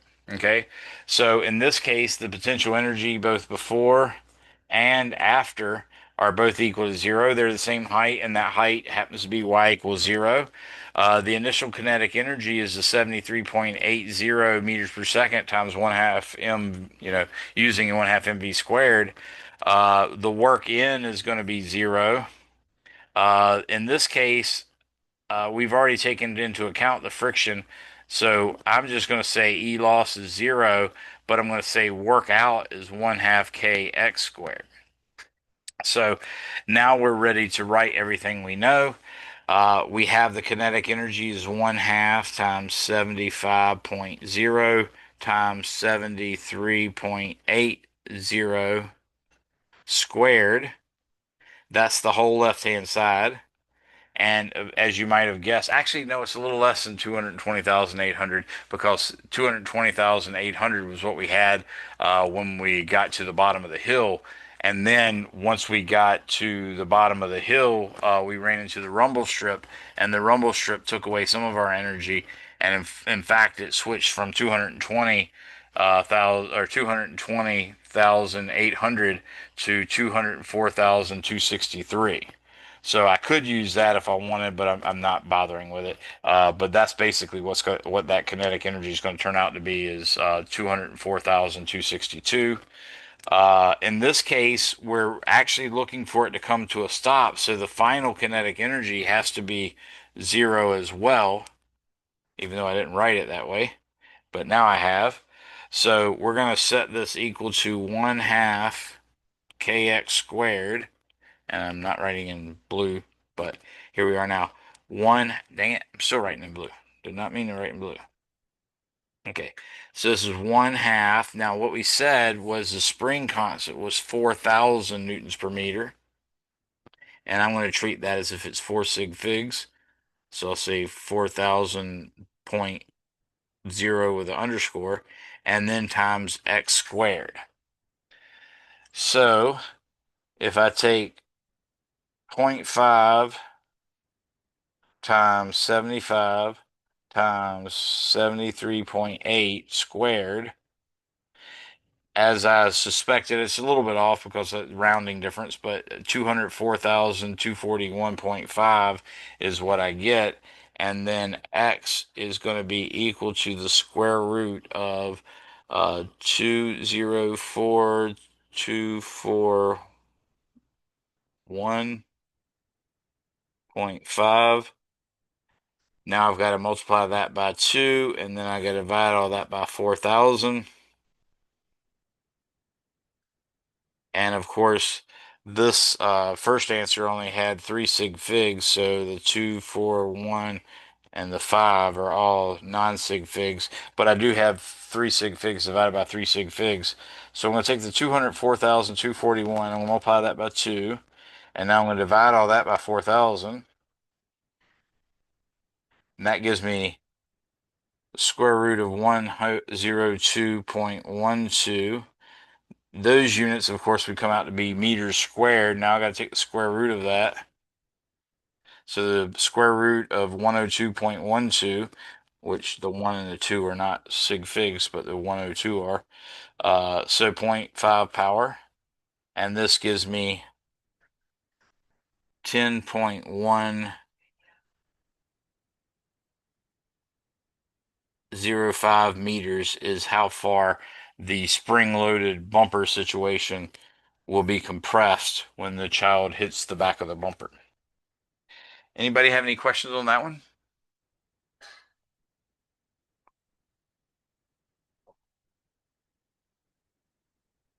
Okay, so that's like a really, really super robust version of conservation of energy, and that's usually the only example or something like it is pretty much the only example I normally do in the chapter 8. I will point out to you that if we want to calculate the potential energy for gravitational forces, uh, especially in the case where you're actually going a appreciable distance from the sea level radius of the Earth, then we use a different potential energy function. And what we can do is calculate that. So let me show you real quick what that is, and then I'll show you a neat little result that can give us, for instance, the escape velocity from a planet and all sorts of cool stuff. It can give us the radius of a black hole, all sorts of good stuff. So potential energy due to gravity.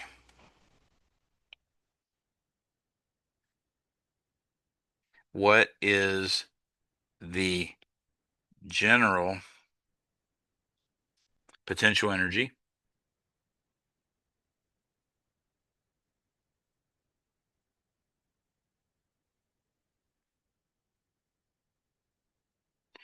due to Newton's law of gravity? So what I'm going to do is I'm going to draw a little coordinate system. There's X, there's Y, there's Z. Now I'm going to draw a little Earth, which it actually could be anything, to be honest with you. Oops, I made it a oblate spheroid there by mistake. But there you go. Now we have a actual spherical Earth, or a representation of a spherical Earth that I'm trying to move. Oh, it looks like I'm just gonna, there you go. Okay, so that's centered up. Now, what I'm going to do is imagine along some radial line. So let's say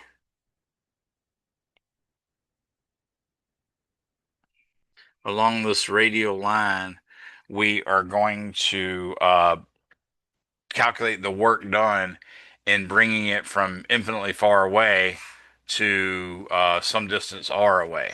The reason why I'm going from infinitely far away is because I think you would agree, given Newton's law of gravity, F equals g m1 m2 over r squared. At r approaching infinity, the force would be zero. So that's what we're going to do.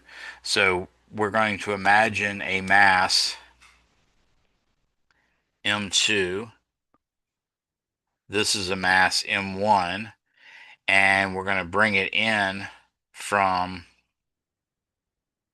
infinity to r. And of course, the potential energy is supposed to be the change in potential energy is supposed to be the negative of the work done by the conservative force.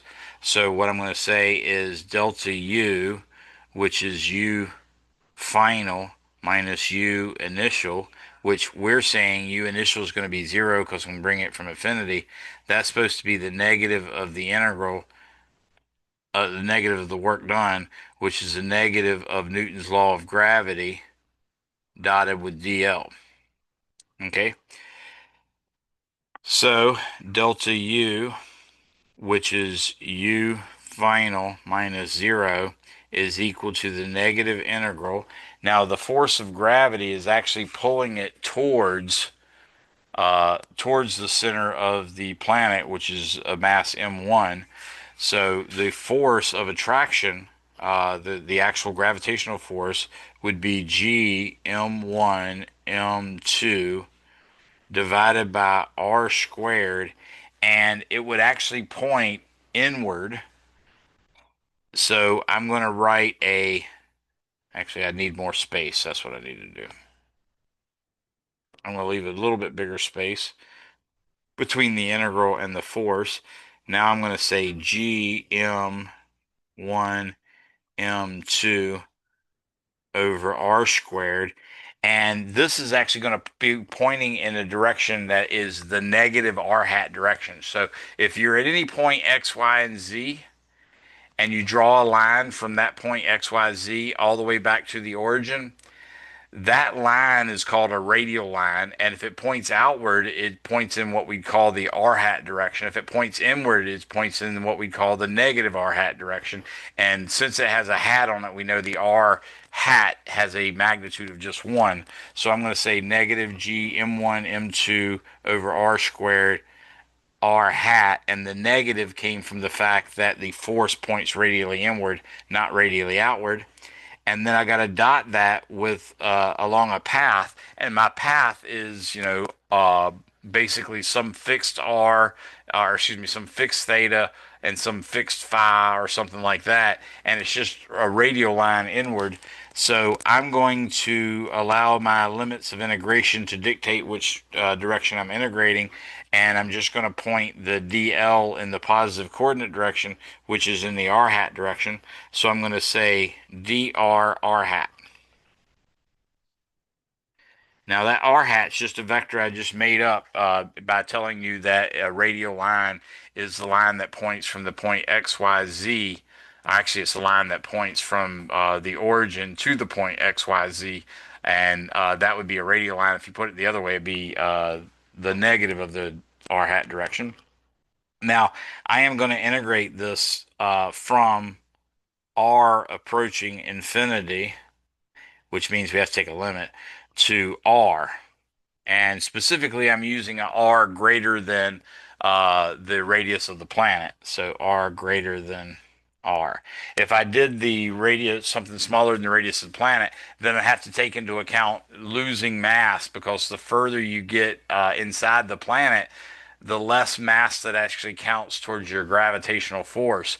It's only like if you're at a distance two-thirds of the radius of the Earth out, then only the mass that's at two-thirds of the radius or less is going to count in giving you a gravitational pull. All that outside of that two-thirds radius is not going to be helping at all. So notice I did use the limits of integration to show which direction I'm going, and it went from, in fact, a large R to a small r. And that meant I had to put the DL in the positive coordinate direction, and the coordinate here is R, so that's what's happening there. Now, I did teach you about the linearity of the dot product, so I can do that r hat dot r hat goes out to the far left thing. But what I also have here is a negative and a negative. So that's going to make a positive, and I have a constant g times m1 times m2. So I'm going to write positive g m1 m2 integral dr over r squared r hat dot r hat, and r hat dot r hat is just 1, and this is going from infinity to r greater than big R. And again, since I didn't actually write it here, I should probably write it now. That's the radius of the planet, so I'm just taking r greater than big R. Now, and so doing this, I get the integral of r to the negative 2. That's r to the negative 1 divided by negative 1. So this is going to give me negative g m1 m2. The negative came from, remember, the integral of r to the negative 2 is r to the negative 1 divided by negative 1. So it's that division by negative 1 that made the negative pop out in front. And I'm now going to get 1 over r, but I have to evaluate that from infinity to r greater than big R. So in order to do that, in case y'all haven't learned yet how to deal with integration from infinity or to infinity, I'm going to show you what that is. I get negative g m1 m2. Now 1 over r minus the limit as r approaches infinity. Oops, I did it the wrong way. I was supposed to do, no, I'm doing it right.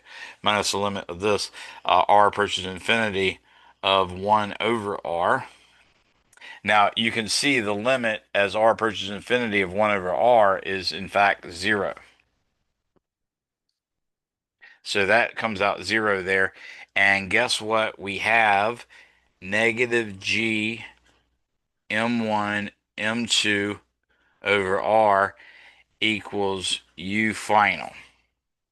So that is our potential energy function.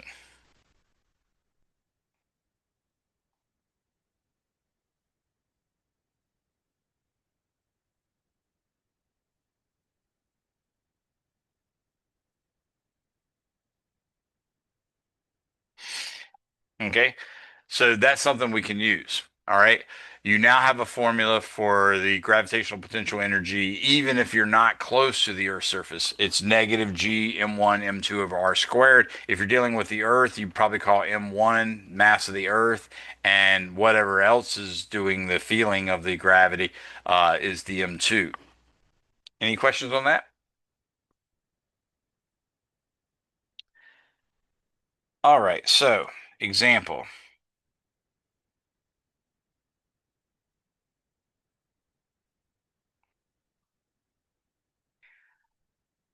What speed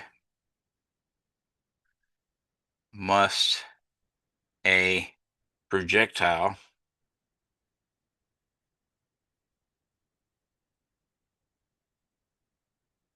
put the I put the dot over the E instead of the I or over the J, I mean.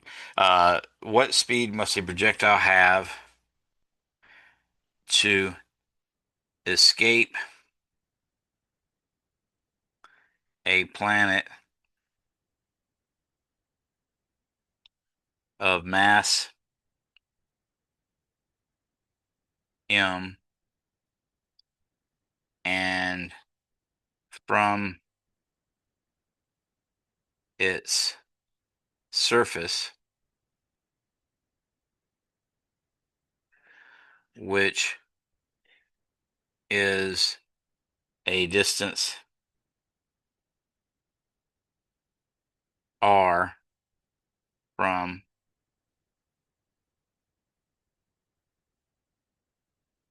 the center of the planet?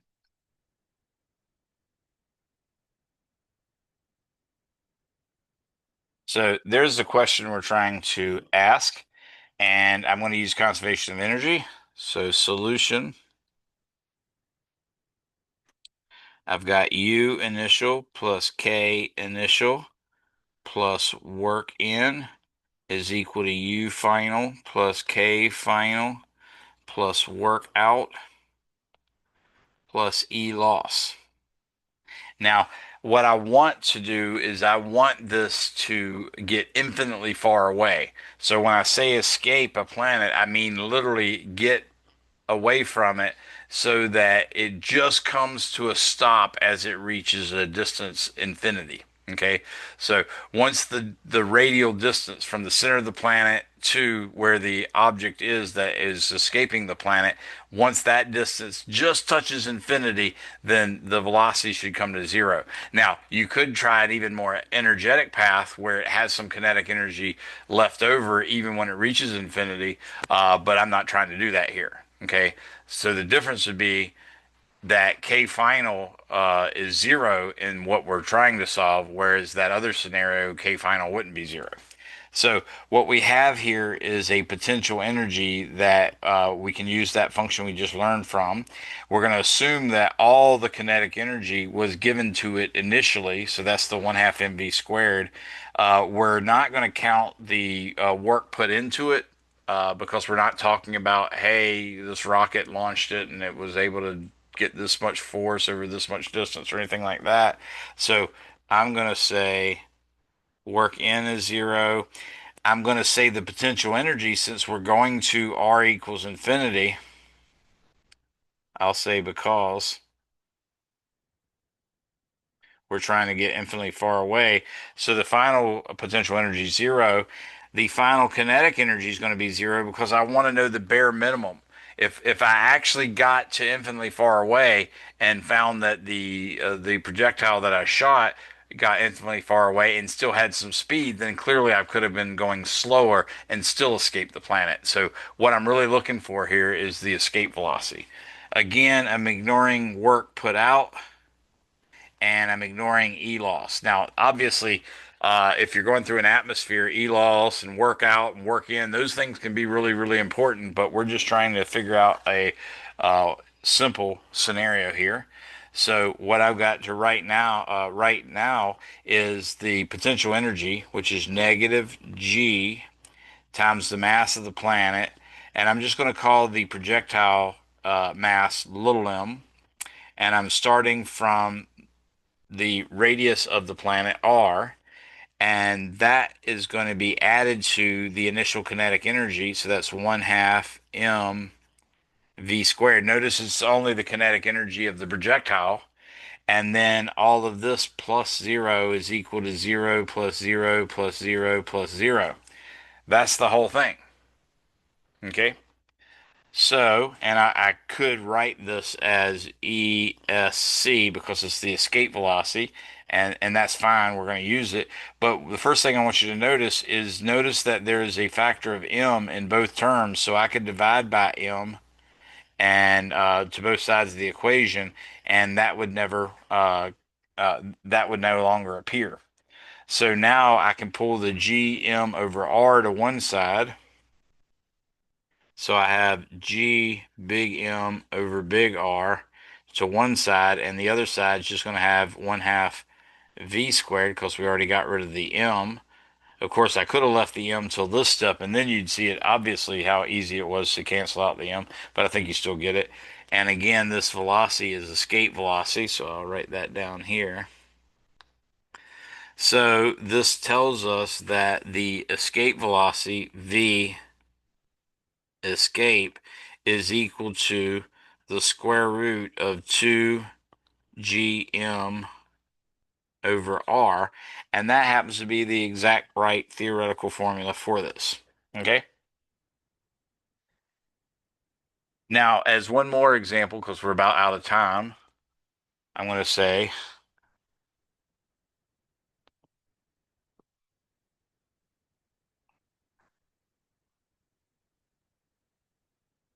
what is the radius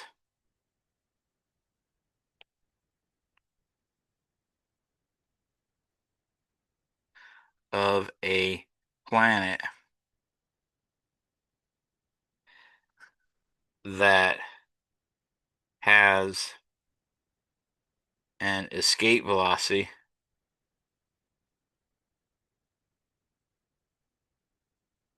equal to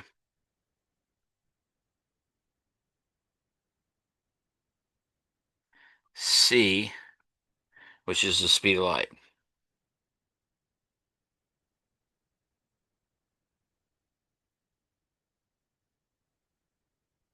And of course, the speed of light is about 300 million meters per second.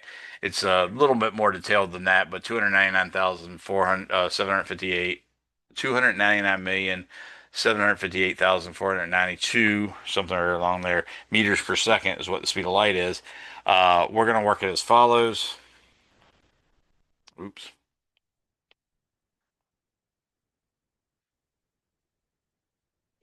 Again, we're starting with U initial plus K initial plus work in equals U final plus K final plus work out plus E loss. So again, I'm making a lot of simplifications. E loss is 0, workout is 0, the final kinetic energy is going to be 0, the final potential energy is going to be 0, and the workout is going to be 0. But what we're going to have is negative Gm over R plus 1/2 M c squared. Notice how I went ahead and put the c in for the velocity. All that's equal to 0. And from this, we can say that r is obviously given by, well, actually, let me not skip so many steps. Let's go ahead and say Now we have G M. Oh, and I forgot the little M there. G M M over R is equal to 1 half M C squared. I'm going to divide both sides by lowercase m now, and that's going to give me the ability to solve for R. And what I'll find is R, and I'm going to put a BH on this because this is the black hole, what we call the Schwarzschild radius of a black hole. R happens to be equal to, in this case, we don't have to take a square root, but what we can see is the R is going to go to the other side and be in the numerator. The 2 on the other side is going to come to the numerator of the left-hand side. So I'm going to get 2GM over C squared. And lo and behold, that is the correct Schwarzschild radius that general relativity gives us, even though we didn't use relativity. It just happens to be one of the times where Newtonian physics gives us the right answer. If you wanted to see, for instance, how big Earth would have to be in order to be a black hole, you could put the Earth's mass in there and look up the speed of light, of course. And of course, G, you probably remember, is 6.67 times 10 to the negative 11th. And what you'd find is that Earth could be a black hole. Probably if its radius was on the order, if I remember correctly, it's on the order of centimeters. Okay. If you did it for the sun, it'd be a little bigger, but it'd still be quite small compared to the sun. The sun's mass is times 10 to the 31, so that gives you some idea. But anyways, that's enough. We've done more than enough. I've finished chapter 9, or excuse me, chapter 8. So I've already made chapter 8 homework available, made the due date available, but we've now finished chapter 8. When we get back next week, we'll jump into chapter 9. You guys are free to go. I hope you have a good 4th of July weekend. Stay safe, do something fun. Uh, and you're free to go. I'll be logging back on at 8 for anybody that wants to have me proctor their tests. So just come on down and I'll see you then. Make sure you chat me your first and last names if you don't mind. We had a lot more people in this. Would I just run them all off? I scared them all away. Thank you, Adrian. I don't even know what to say if I've got problems. You don't know what to say about what that? I don't know. I don't know. Half these, I don't know why all these problems just immediately get harder after like a few practice problems. After just a few. Yep. Yeah, that's sort of the nature of it. We try to give you a we try to give you some hard examples, but we don't want to give them so hard that they are It's a untractable. hard example for every question for me. Gotcha. That's because Thanks, I'm Adrio.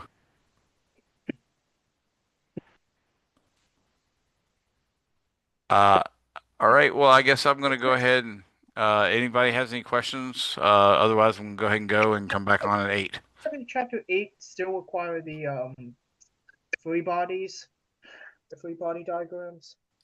Mostly not. I mean, you might have to do a little free body diagram to find a normal force if you're trying to calculate the work done by friction or the energy lost by friction or something like that. So there's sometimes some bells and whistles around the sides of the problem that you have to use vectors for. But generally speaking, no, the whole purpose of work and energy, or one of the ways of looking at the purpose of work and energy, is a whole nother way of solving physics problems without using vectors. Oh my god. So work is not a vector quantity.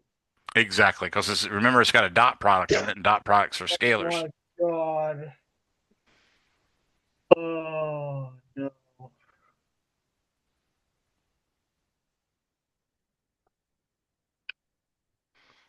Anything else?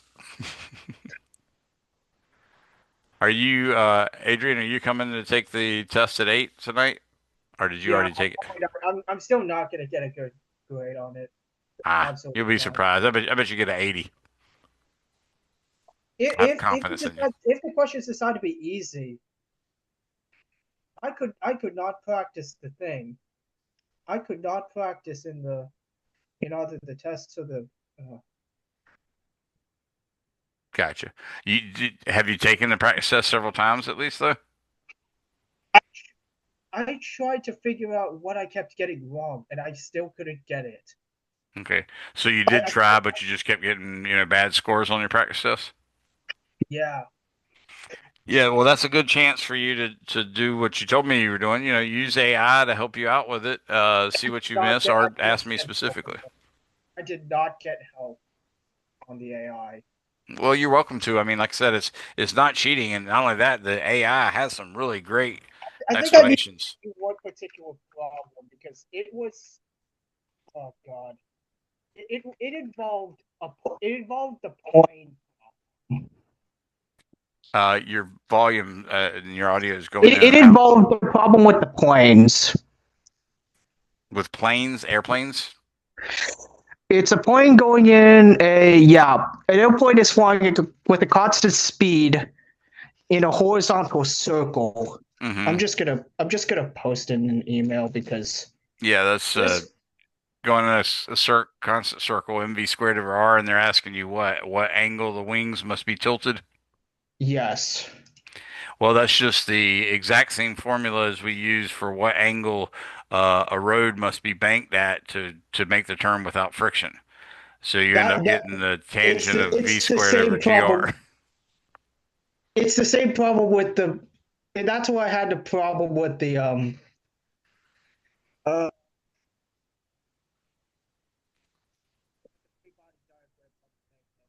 Lost your audio again. yeah, so yeah, I think my problem is the visualizing this with the free body diagrams because I think I keep getting it wrong. This Yeah, with the if you can't airplane. figure out the example in the book, then yeah, it's going to bite you in the butt. So, hey man, David Just, or Adriel, do y'all have any uh, questions? Because I know we got just a couple minutes. I want to make sure they might have any last minute questions, and I just want to give them a chance. David, do you have anything, or Adriel? So far so good. I'm just trying to figure out um why my computer is bugging. Well, hopefully it'll stop bugging now that like whatever happened with the other student. You might shut it Yeah. down, crank it back up, and then remember open up your lockdown browser and then log into Canvas. Okay. So give that a try. How about you, David? Do you have anything? I think he might not be there. Well, guys, I'm going to go ahead and let you go. I've only got like 8 minutes before I have to come back and log back in to proctor same your call, test. right? The Uh, same it's call. it's actually no, it's a different Zoom meeting. I sent y'all out one last night in the I think it was last night in an email. So get your invitation from there, and I'll see you there in about 8 minutes. I don't find it. Oh, there it is. Okay, I saw it. Okay. Yeah, you might want to look over one of the examples in your book for the chapter 5. That's where we studied the centripetal acceleration mv squared over r. So or v squared over r is the centripetal acceleration. So look that over, David. I mean Adrian, before you get ready for the test, and just look at a couple examples real quick. And if something like that pops up on the test, I bet you'll get it right. Mm. All right, guys, I gotta go. Talk to you later. Thanks for coming.